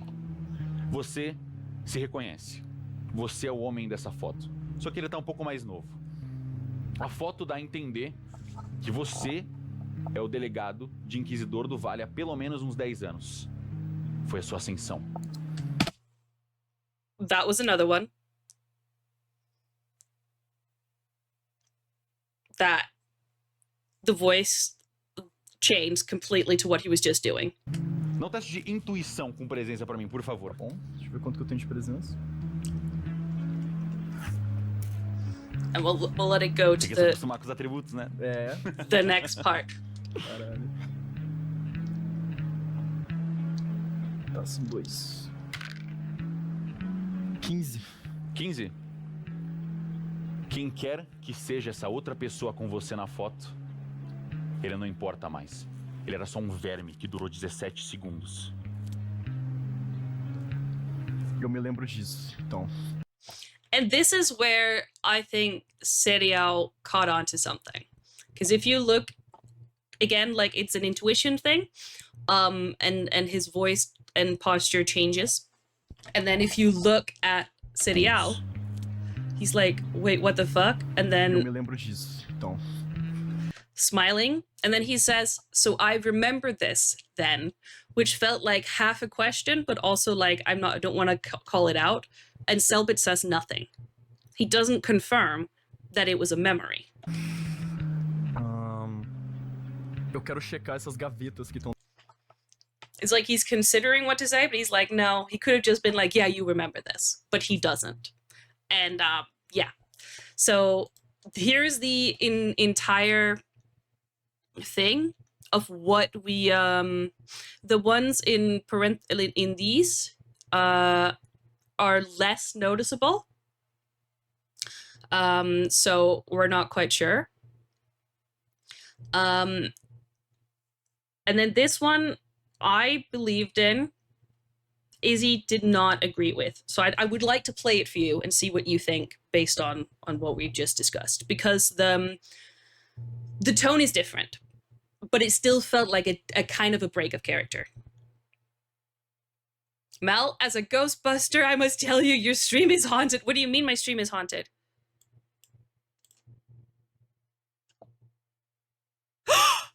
My stream is haunted! Wait, I just saw! I mean, what can you expect, really, with what we're talking about? Let me go to 207.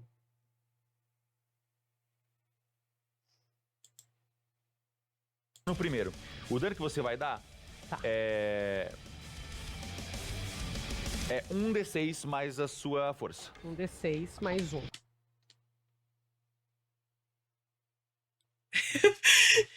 I cannot catch it canonically right now. No, we don't catch ghosts around here, okay? It's a sensitive topic for Mia. Wait, what's the Okay, my lipstick is now so weird. It's time.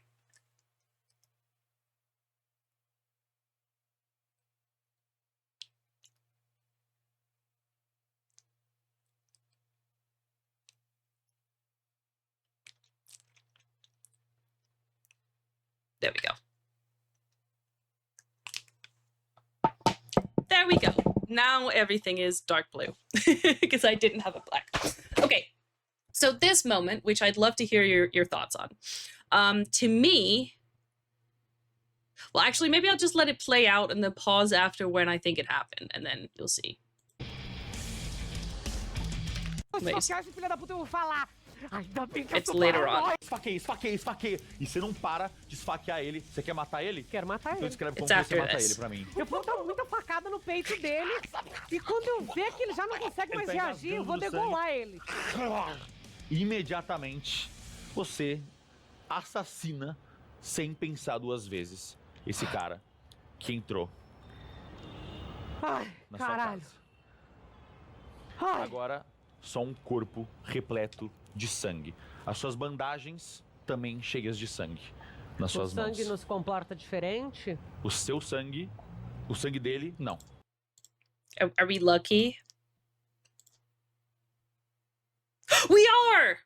Oh my god, we're lucky! This is a complete aside, but the subtitles on YouTube have been just real fucking annoying, okay? Because it's like, for 3 days, they haven't worked. I was watching this episode with Izzy, and it was working, and then they stopped working in English. And then they still work in Portuguese, they still exist, but when I ask it to translate to English, it won't show anything. And then it didn't for 3 days, and now they're back. And I bet you, if I turn them off and on again, they're gone. If I reload the page, they're gone, and I have to wait for another 3 fucking days. And it's so annoying, because I have to use the really ugly, like Chrome auto subtitles that are just not as good. Ah, legal. Agora eu quero ir calmamente até a porta. Minha porta tá quebrada, porra! Porra! Você consegue. Ah, não, pode falar. A sua porta tá arrombada para dentro, sim. A porta não caiu em si, ela só quebrou a fechadura. Vou voltar e eu quero investigar o corpo. Tá bom, beleza, legal. Dá um teste de investigação com intelecto. Let me pra try mim, to see, por is this favor. the right moment? Investigação que a mãe é treinada e tem mais 10 e intelecto que a gente tem 3, né? Vamos lá. Ai. Esse dado é bom, hein? Esse dado aqui, maravilhoso, adorei. Eu vou jogar os 3 uma vez. Investigação com intelecto, vamos lá. 23. Perfeito. Você começa a verificar os bolsos This dele, one. né? Ele tá... There we go. It's this moment where I feel like there is a switch in the middle of it to a different kind of way of describing that could fit into the whole idea that there's an entity trying to tell the characters this is how you should feel about it. But because it's not the like low kind of threatening thing, we're not quite sure. Completamente esfaqueado. Você começa a verificar os bolsos dele, né? Ele tá completamente esfaqueado, aberto, rasgado, dilacerado. Mas você não se sente tão abalada com isso. Na verdade... So it was that, for me, that middle part where he starts like almost like giggling, being like he's completely torn off and everything, but you don't feel shaken about it. As in like there was something that was trying to encourage joy, but I don't know.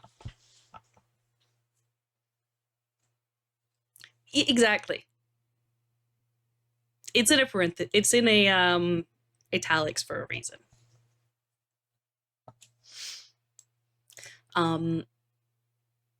That it could be, and to be honest, the other ones could be as well.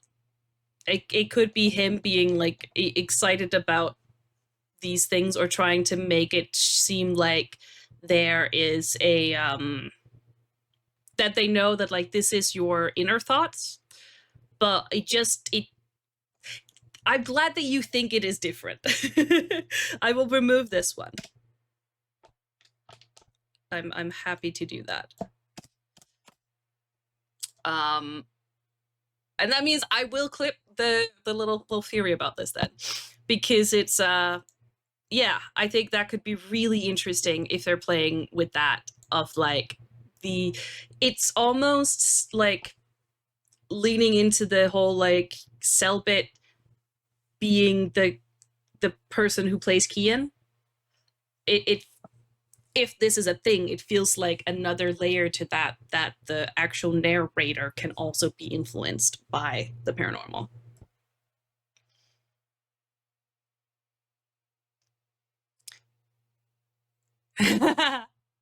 See you later, Izzy. Ciao, ciao. Wait, Izzy, are you going where you're going because of a birthday? Because there's like a birthday theme happening of people not. Ooh. But there have been moments where Cellbit is more empathetic about how the character should feel or do, but I can't be more specific. But I do think it could mean the thing they're trying to say here. Exactly. It's a bit of a. Again, I think it's one of those that we'll kind of have to see if it keeps happening. But kind of going off of that, I had the chiming desechini, which was also putting into the whole like, is there something influencing the entire circumstances and world around this? And part of this, like Cellbit pointed out, he said for, obviously there's the whole thing of when Cleo and Aguiar goes to Sao Paulo, that he says that there's no traffic, basically no traffic. If you allow me, I shall make a little snack. You know what, Aiden? I allow you to make a little snack. Oh, well, I allow you. Do we need a little snack time? If we need a little break, we can watch the backstage video that was recently posted. And then I can go back into it. Also, I missed something earlier. You guys were talking about who you think is gonna be at another table. We can talk about that for a little bit. You said gouache. That was the only answer.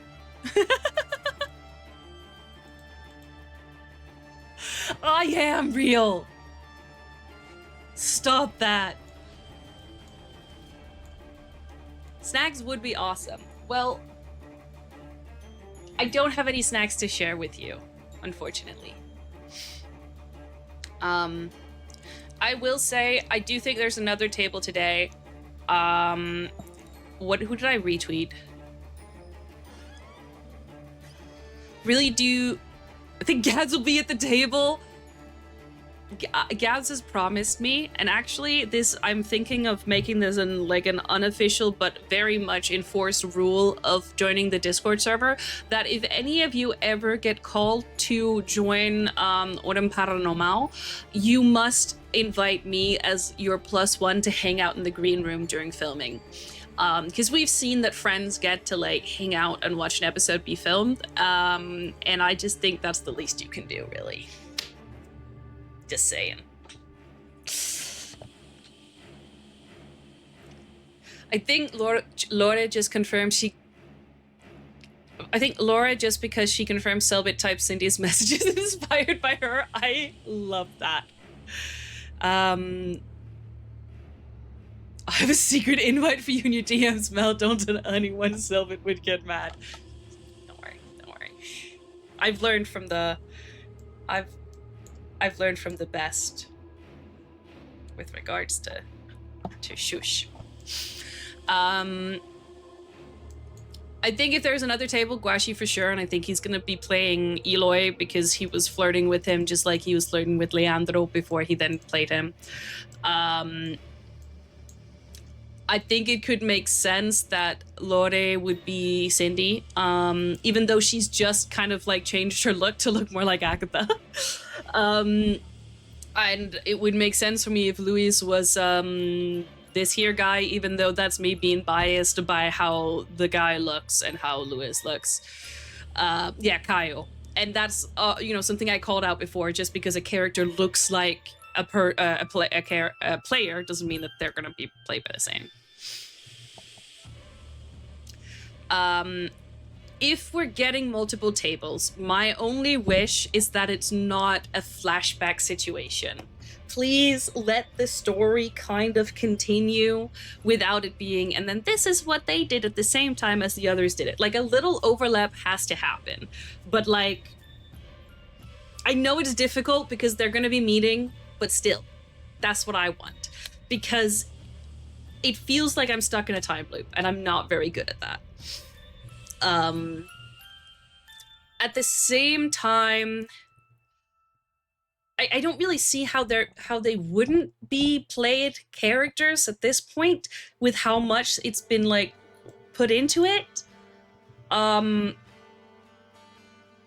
I also kind of don't want it to be the same players, even though it's a really interesting from a philosophical point of view of like the same people having the same mark at the same time.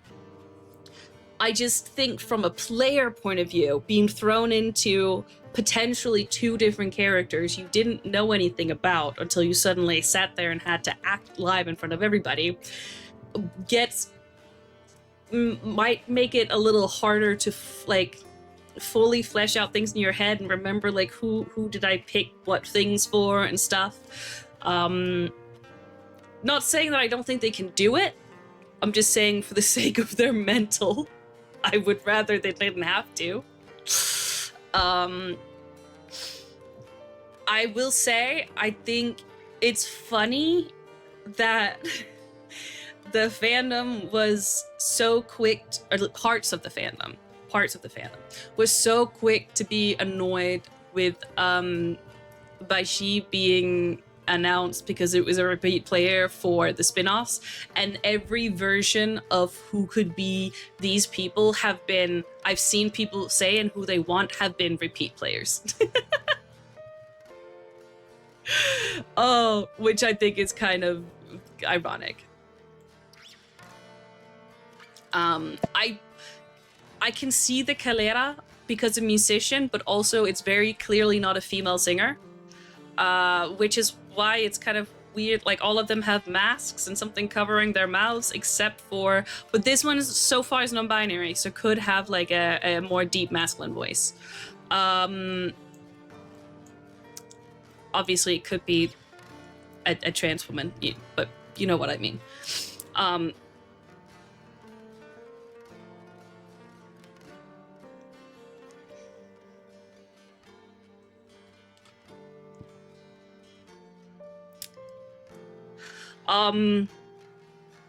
Welcome to the Malfunctioninggames fidget toy review. Today we are reviewing your makeup brushes as fidgets to kind of like twirl around in your hand and like push some weight against. Can confirm, not a good idea. They will break. I would say 1 out of 10 fidget. Thank you for watching today's episode. I will see you tomorrow with another Malfunctioninggames fidget review. Thank you.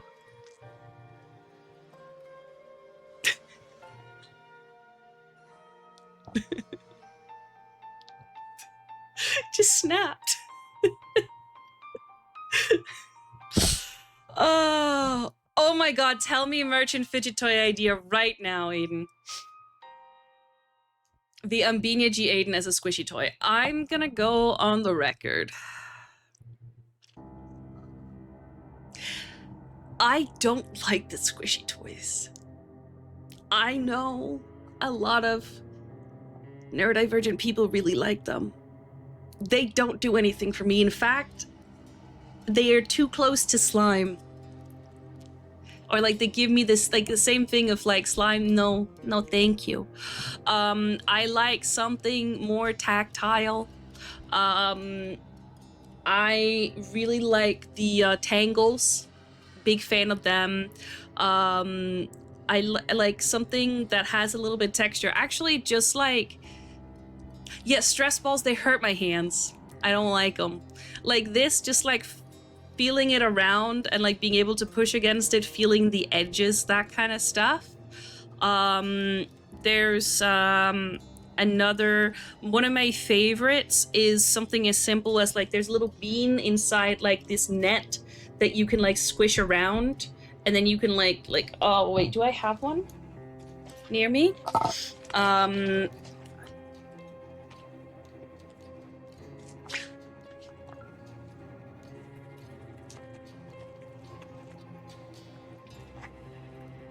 have a tangle in here. I had like one that was like a little almost like the chain on a bike, and had like two little things in it, and you can like spin it around like this or like move it around in your palm. Big fan. Very good. I feel like I should have, what is it in my wallet? Is my wallet not in here?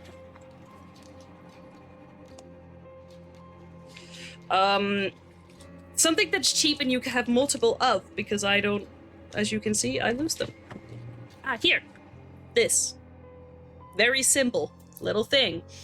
The net has like texture, and the corners are a little bit like, so there's a bit of resistance. You can sit like this with it, or like sit and squish it back and forth, or like just do it in one hand, or you can just like squeeze like this, but it's a different type of resistance, and it's very like, you can, there's no sound, you can do it in the office, like little shake it back and forth.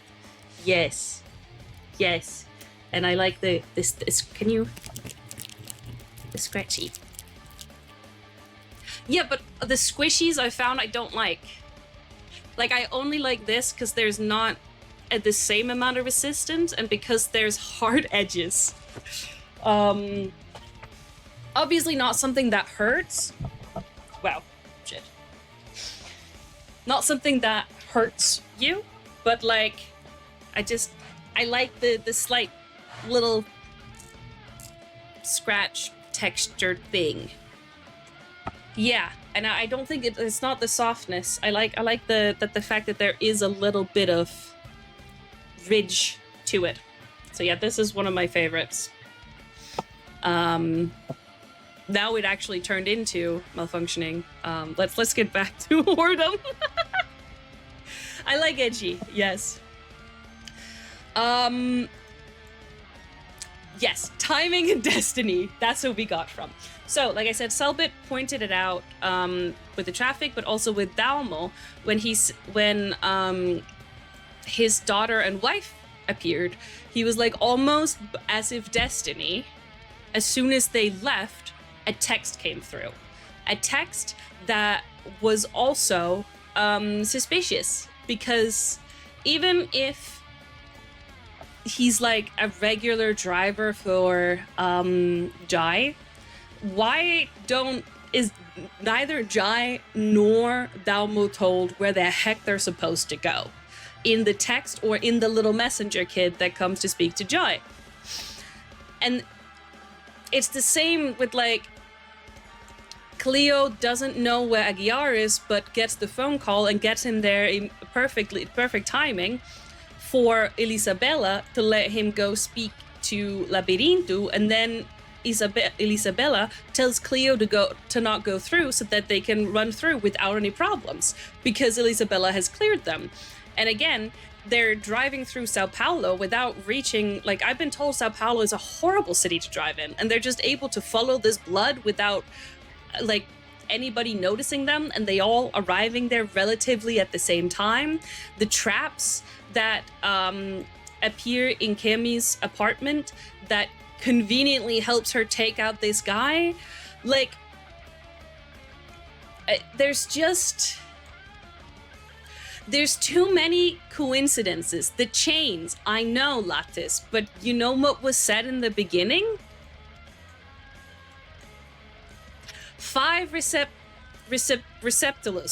receptacles, 5 destinies abandoned, and 6 broken chains. which already in itself, we suddenly throw a 6 in there. Who is this 6th person, and why is it not part of the 5 receptacles and the 5 destinies abandoned? Huh? Jor-El, but why is he not a receptacle, and why is his destiny not abandoned? Why is he not here yet? There are those whose greatness was always promised, because he's special, he is. So supposedly, these guys getting their marks means that they are above the chains. That's what we've been told. But it still feels like there is some kind of chain-like thing that's guiding what's happening to them. Which could tie into the whole, like, there is some kind of other entity also speaking in through them. However, I was also looking again through Natal Macabro, because I'm gonna be real, Natal Macabro and Nisiasao are probably the seasons I remember least details from, because I only watched Natal Macabro live, which was in the middle of the night in Denmark with not very good subtitles. So I went through the wiki to kind of catch myself up on it. For example, I completely missed the whole thing about needing to look for the Crown of Thorns, which again, as I mentioned previously, feels like another planned step.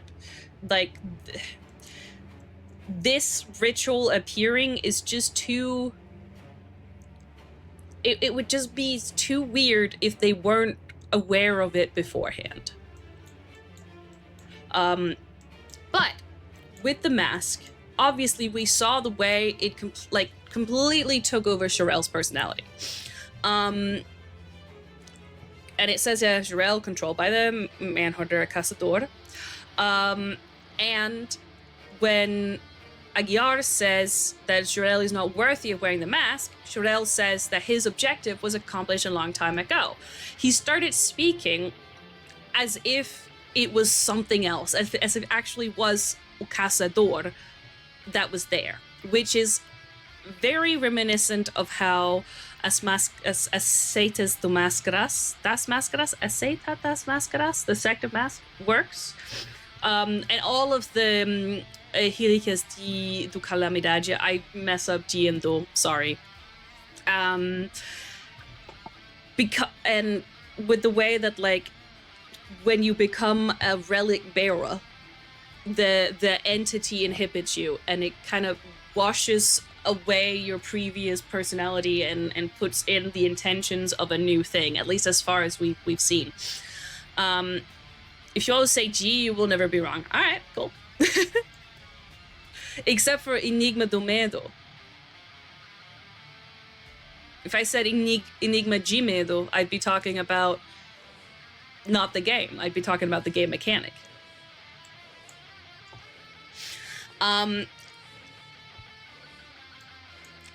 So, and this kind of, it's like similar. Pedro was talking about like how it was similar to marks, and how like you're chosen by entities from the other side, and then the marks start to influencing through the players.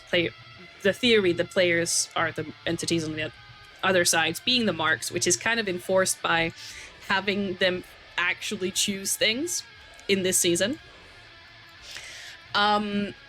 But you still have the core of the character, as far as we know, there when they have been marked. We haven't really encountered somebody being like, yo, why are you acting so completely different?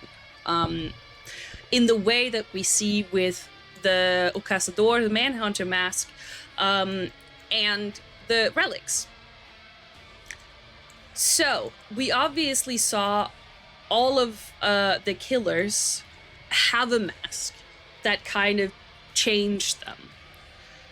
Could it be that the Order found a way...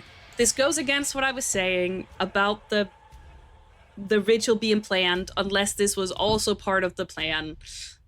You know, here I like to theorize with many different paths, and not all of them are gonna be compatible at the same time, but I think it's the most fun to kind of explore every option and figure out the for and against of each of them as well. And as the season goes along, hopefully we can start narrowing down.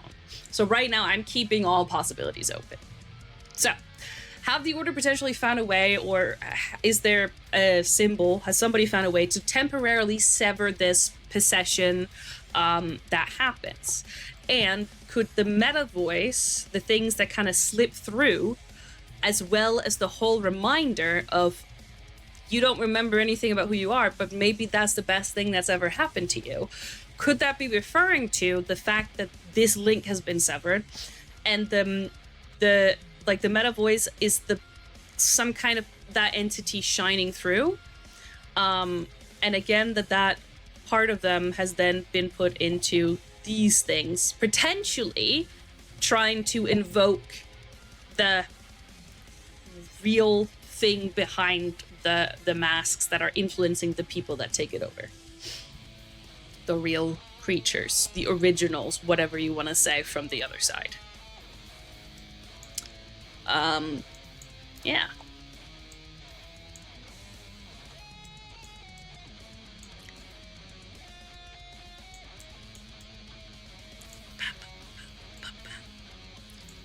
I think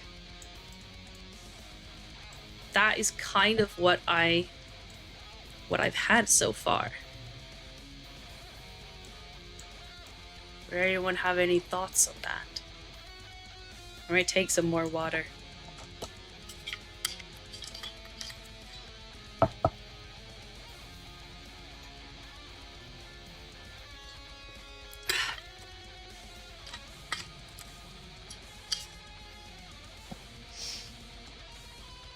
I'm making damage. Honestly, I haven't eaten yet because I was making a pizza, like one of those where you have like a pre-made pizza bread that you like roll out and you put toppings on it and throw in the oven. And I was doing my makeup whilst it was in the oven, and it's a little burnt, and it was in there for too long. And then I took it out right before, and I was like, oh god, I don't want to deal with this right now. So I just left it on the counter, and I'm gonna try and figure out how much of it is edible after in the break between streaming and the episode actually starting. So for once, I'm gonna need that countdown. So yeah, I think that's kind of what the thoughts are right now. That this ritual is partly to create something new, potentially taking the parts of them that was the entities tied to the masks, putting them into the coffins, therefore making them lose lots of memories that, because literally like a part of who they were taken out of there.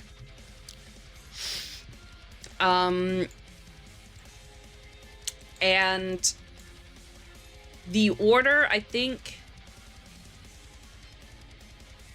I'm kind of leaning towards Agatha going a little bit rogue. Akatina doing a little bit of her own thing, wanting to see through what this ritual does in order to take advantage of it, to turn it into something they can use against the Diabo, because I think she believes more in the powers of the paranormal as a weapon to like a greater extent than the rest of the Order is ready to do. Whether or not Verissimo is still the one in control of the Order, or if it's been given over to Artur, I'm not sure. Maybe we'll find out, maybe we won't. And that Psikolera is part of, kind of like with Scriptas, how they had deals with other cults to kind of make things happen for their big ritual. I kind of think it's a similar thing happening here. Have I told you nothing about cooking? I'm a complete failure. No, you're not a complete failure. I just have autism and ADHD. Sorry.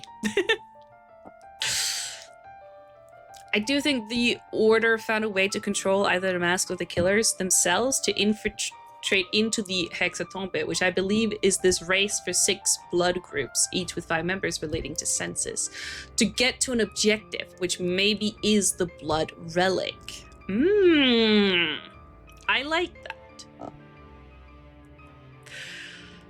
I don't like if it means 6 tables.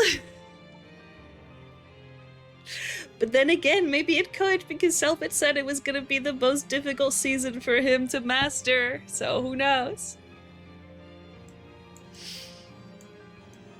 Yeah, I don't like that either. I will say that these, the little scribbles, potentially marks that are on these people, are the same marks as are on the ritual symbol for the grave of Alice, whose sigils do translate to Nostis Omnia Perdit Omnia, which means knowing everything is losing everything. Which could be filler text again, but if it's not, then it's kind of interesting that it's the opposite of save knowledge, you know. But yeah, I don't think we've seen these people yet, because I can't make the silhouettes fit with any of them. Hopefully not, and not to our tour. You don't trust our tour with Order? With the Order? I could be very weird not to have Verissimo, so actually I don't hope so either. At least not until after Calamidade 2. Yeah. But I do kind of think we're getting another table tonight. It's gonna be these guys. I really want them to actually play a show. At the very least, there's gotta be another song written for them, you know? You've made this whole band. Dad, actually, this is really cool. Maybe you'd appreciate this. Like, they've made this, they've made a Twitter account for this band, Psikolera. They put out, it's like a hard rock band. They put out a song from the band, and then they've been advertising their final show, which is gonna happen today, and then like posting as the different members on the Twitter profile with like different posters for their show. They put out, there's like a set list of all the songs that they're playing. And yeah, here, this is the set list for the tour, Bloody Footsteps. This one is the most fun one. Now esconde corpo nas moitas da Parque São Gonçalo na quinta-feira, which means I didn't hide a body in the middle of the night in the São Gonçalo Park last Thursday, because coincidentally, in a police officer's room, wait, where is that? It's down here. There is this little thing which says Corpo de antigo vocalista da banda Psikolera found no Parque São Gonçalo. So it says the body of the old vocalist from the band Psikolera is found in the Parque São Gonçalo.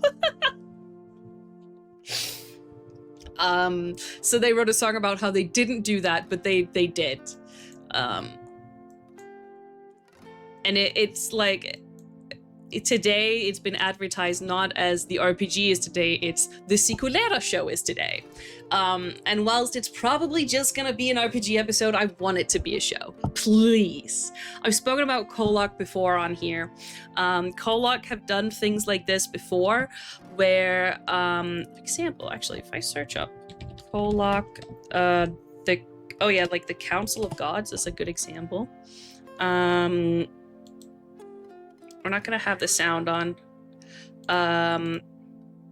But this is normally this is normally where people sit by a tabletop, and then they did a special episode where they had a Council of the Gods. So they had all of the people meeting and had the camera walk around and like was hopping between conversations, and sometimes when action was happening, the GM would walk over to a group and be like, I need you to roll this to figure out if they could do it and stuff.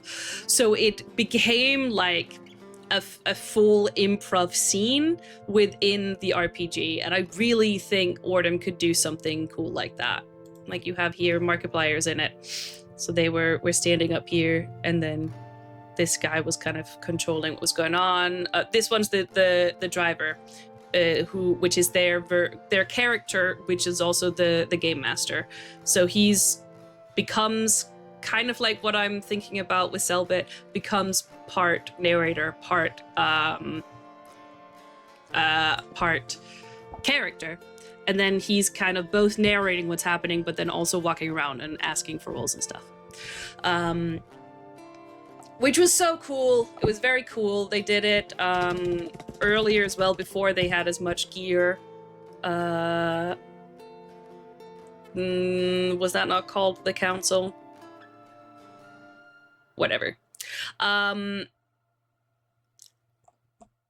Basically, I just think it's fun to throw moments like that into a show, and I think Ordem could do it, and this would be a great opportunity to do it.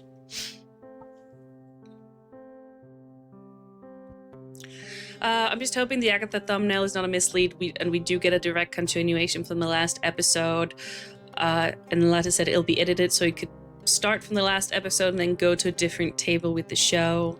I just don't want to go back to... Yeah, I don't want to go back in time. However, because they've been saying that today's show, like today is show day, it would...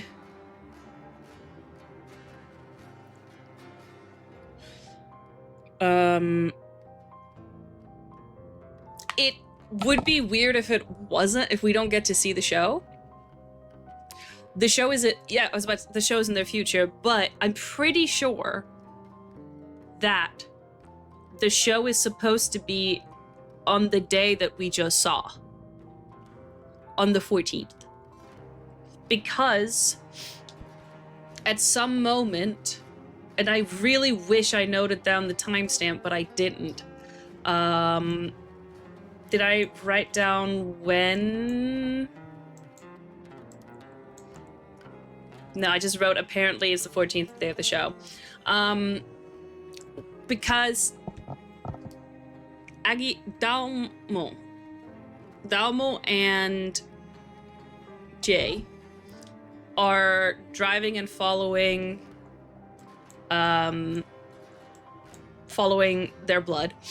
And then I think Jai maybe asked, should we go to the show? And then Cellbit says it's around 4 or 5-ish. The show is at 10.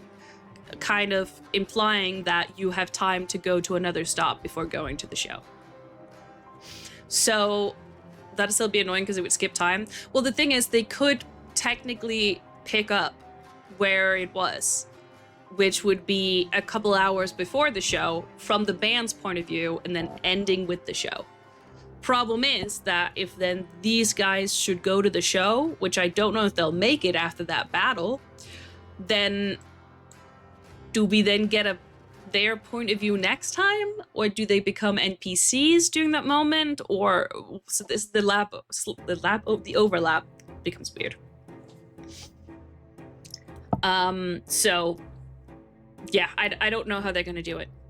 Cara nada a ver, but I wanted so much an aniquilação? Like annihilation? Nifty! Oi, muito bem-vinda. It's been so long. I hope you're good.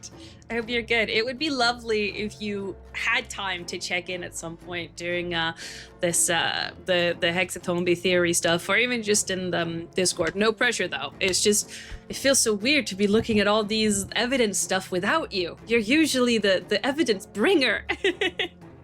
But I hope you're having a good time doing whatever it is you're doing in the real life. And yes, I'm having such a good time. Thank you for liking the makeup. Look, it's only been one episode and I've got all of these things on the mirror board already, which means it's gonna be a great season because I'm having a blast. It's a huge blood creature melt. Oh, what? Leona mentioned, is that the, which one of them? There's two. Is it the one by the mother or the one by the fangirl? Like the hand fan. Ah, or we do that.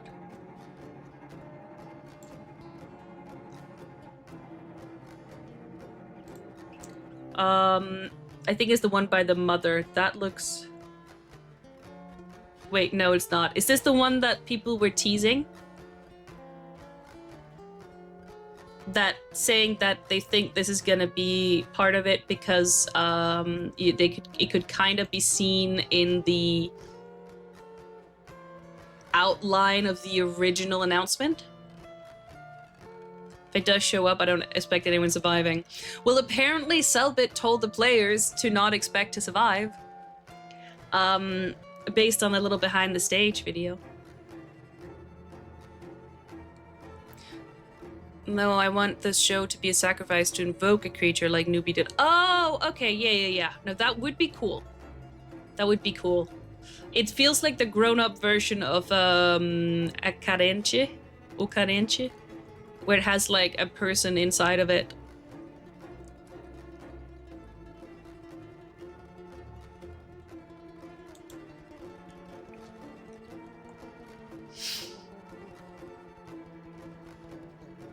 Yeah. I think, as with all Ordem seasons, I'm just hoping for lots of good investigations and like world building expansions and less fighting. Because that's my viewing style. What I like to see is what I was trying to say. Yeah. And I want to see, because I'm gonna be so for real. I just don't know who's gonna be, like, obviously I can see that some of them, like Cammy and Jae, have high intelligence. I just, from what we've seen personality types wise so far, I don't know who's gonna pull through for me. Aguiar just left a bunch of papers that he just didn't look at. He just didn't, like, this board over here, he didn't look at it at all.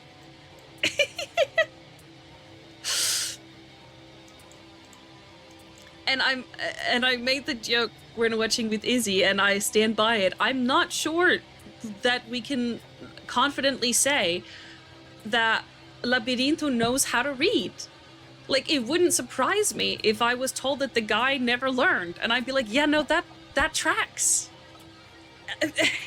Like, all he knows is Labyrinth. Which means if they're fighting another Minotaur, he's gonna be the MVP. He's gonna pull through, okay? But we've already done that, so I don't know, man. I don't know. I know, I need them to really, obviously, Baji is there. And if there's papers, I don't think that she can not look at them. But I just don't know how curious of a person Jae is. It didn't seem like they were particularly, like, curious about things that may not count, like, have anything to do with them, you know? Maybe his language is labyrinth based. Oh my god, that would be so cool. That would be so cool. Also, another thing somebody pointed out, I can't take credit for this one. There's a lot of these things, like I said, building on top of what other people have said.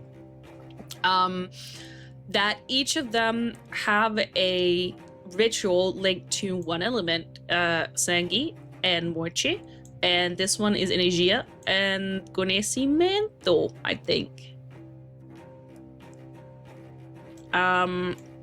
Except for Labirinto, who has all of them. Quite specifically, one of each. Medo. Don't worry, Scab's character today will be a detective. I'm gonna be so real, that would probably maybe worry me more. Also, Oinuma, welcome back. You missed me rambling about if there's a meta thing going on with an entity speaking through Cellbit as well. But don't worry, I'll make a short at some point about it. You can see it then. Counting on Kimmy being too paranoid not to look into things. That Kimmy, I feel like, is my only hope, to be quite honest. Problem is that Kemi is so paranoid and so rambly that I feel like she would end up missing half of the stuff because she'd like go down tangents, and then when she explains it, the people that she's like talking to would miss half of it.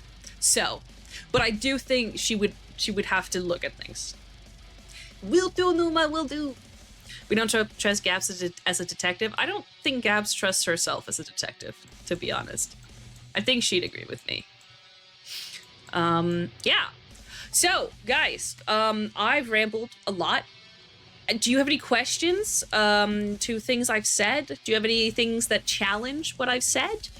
Do you have anything, theories you've thought that is not part of any of this? Things I haven't brought up? That would be an amazing time. We have like 17 minutes more.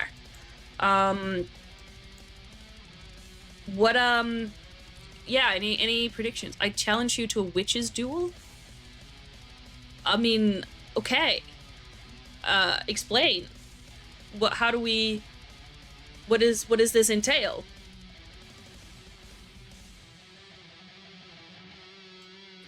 Also, I hope you like the Nidare Sengi Ordem merch, because I've decided I have 2 of these for mysterious reasons that involve Jambu sending me the wrong size and then sending the right one afterwards.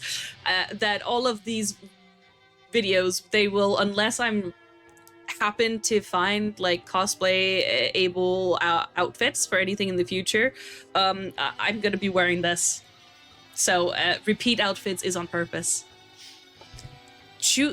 I don't know, I just always wanted to say this. Choose a champion from the chat bell. I volunteer. Well, the thing is, Gianna, I kind of want to do the witches duel myself. Like, that sounds really cool. The thing is, I do know that the smart choice would be to choose Gianna, because Gianna...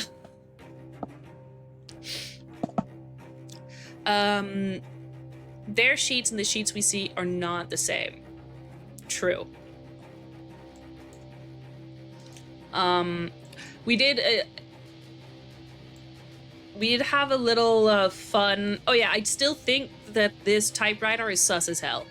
I like, even if it's just like, oh, he's a corrupt cop kind of sus as hell.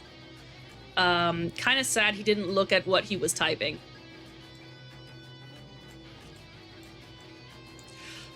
Izzy and I did also try and see if we could find whatever this was. The closest, which is not perfect, is this like Itaoka type of region that's above Sao Gonçalo.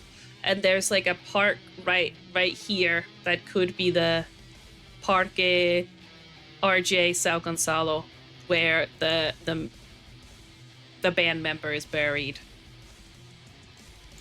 I have no idea how we're gonna make it to Nordeste, but if that's still a thing in play. Gianna,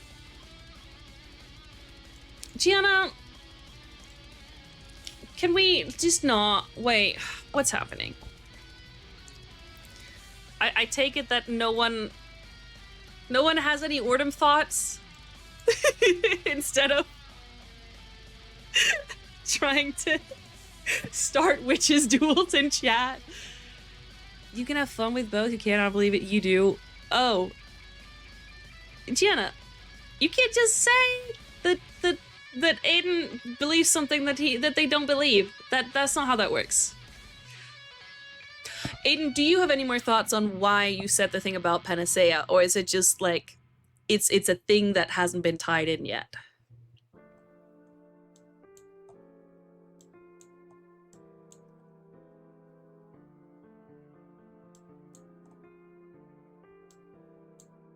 Her nails are kind of claw-like. Like the little glove thing could be like a callback to It's a reach. It's a big reach. Oh yeah, V. Welcome home. Do you have any idea, like, last minute predictions for the episode today? About Panacea, it would be a shame if they're not the one treating Damo's daughter. Ooh. That is true. But, like, I don't know what her chances are. I don't know. I think what I hope the most this season will do, because it seems like it's kind of leaning into the whole, like, the Order is not as, like, squeaky clean, good guys as we have kind of been shown in narratives so far, kind of what Gabby was talking about after Quarantena. And I kind of hope that is the case, because the thing, as I spoke about before, that I really wanted to happen... I can't say this with Abby in chat. I've spoken about before about really wanting them to lean into kind of the gray area of various philosophies shown with how to deal with the paranormal. Because at the end of the day, there's always gonna be victims, there's always gonna be violence, and no one is gonna be able to be the 100% good guy. That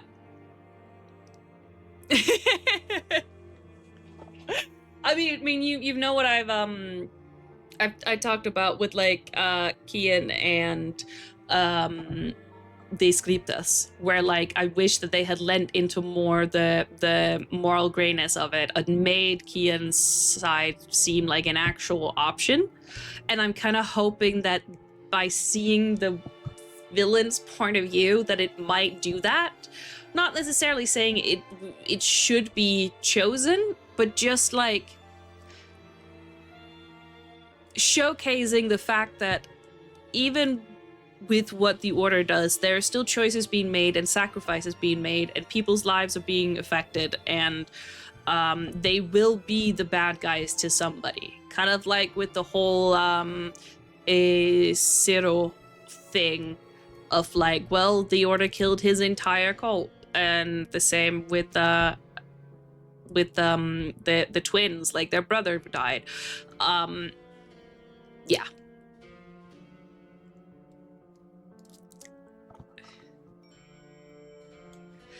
So that's what I'm, like, overall hoping for. Something like that. Do I have a...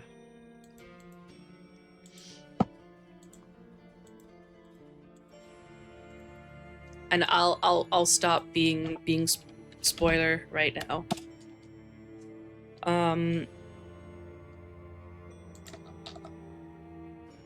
If only Senegan would explain his plan for 2 minutes.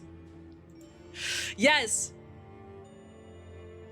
I think it could have been done a lot better, but we've already had that conversation.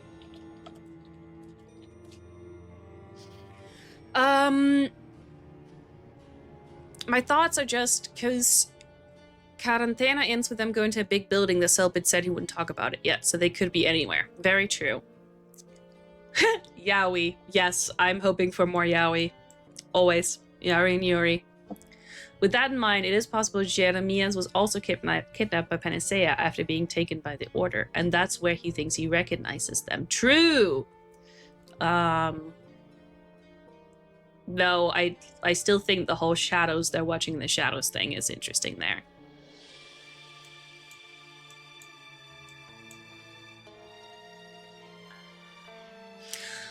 Try to sometimes chat on the server during the episode. That's awesome. Yeah, anybody who wants, we do have, well, we don't yet, but there will be. I will make it right now. OPH2 React area. Let's go to the Psikolera show together. Last time we were watching episode and then kind of like live messaging our thoughts in that area, and anybody who wants to do so again are more than welcome. It's in the Discord. All languages are allowed that use the I don't actually know what the Latin alphabet, is that what it's called? And mostly people will understand if you speak English, Portuguese, or Spanish. But you are allowed to communicate in other.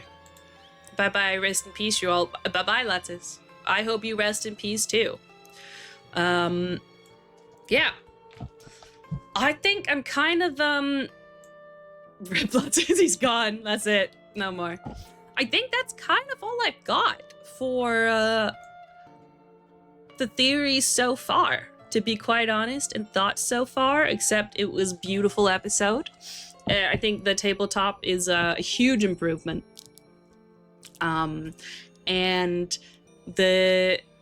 you will get everything right. I hope so. I trust you. Thank you. Well, were you weren't here during Disconjuração. I got like 80% of it right.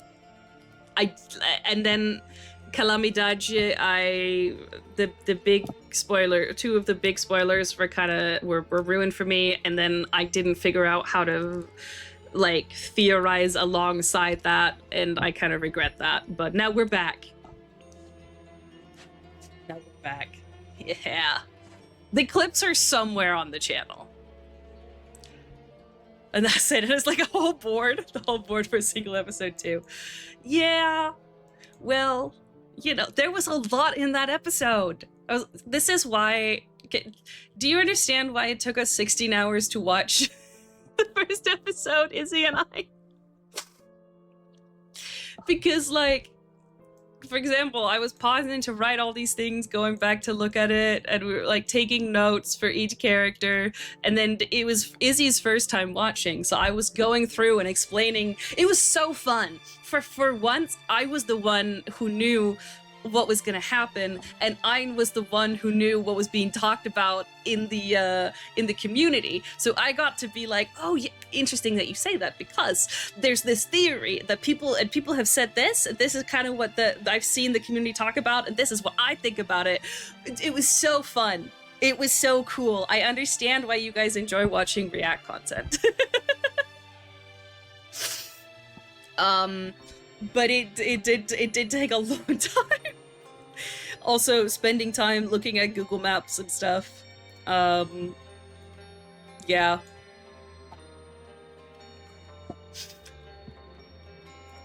Oh. So I think we're gonna do it again, but we should find a way to do it less time. This is, I think, the first time I've had like this much, like I said at the beginning, from a first episode too, which I'm very excited about. But I assume there might be slightly less going forward. There's also some dates I want to go back and investigate, because we have 2015 being mentioned as Aguiar's ascension, and it's like, oh, well, did anything else happen in 2015? I did find one thing, which I don't think is important from Disconjuração. It's like a minor thing. But 1923, obviously it's like 100 years before what's happening now. But I think that's important. There's the coins being from 2008 and 2009, like pointing towards that. At that point, I think someone was investigating what happened that long ago. Obviously we know something that happened in 2009, but I don't know if that's connected. And then we have the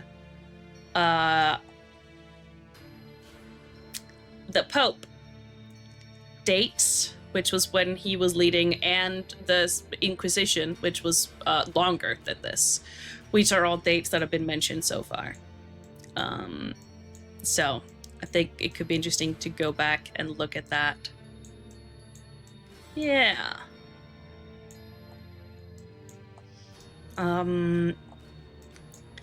Also interesting that Dalmo was not a big fan of Jae.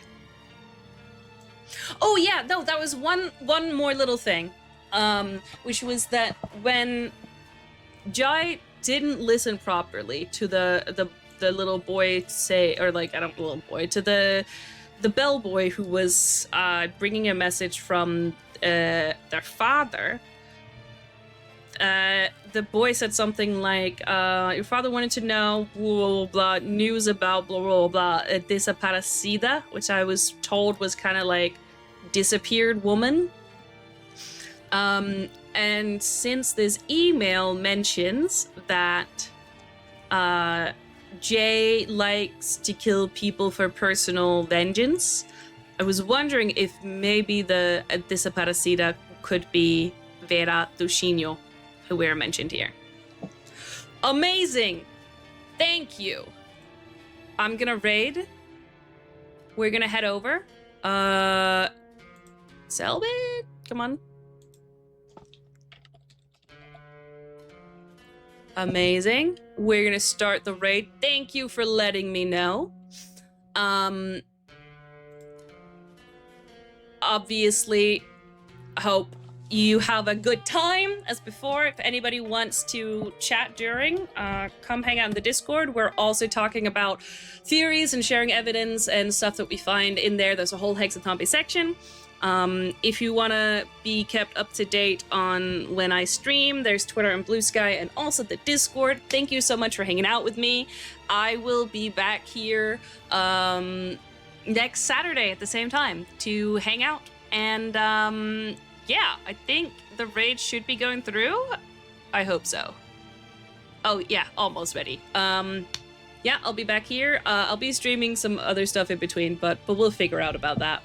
And on YouTube as well. Do I have the right thing there? I don't know that I do. Is where clips and stuff is gonna come out about this too. So let's go enjoy the Psikolera show together. Vamos. Ciao, ciao.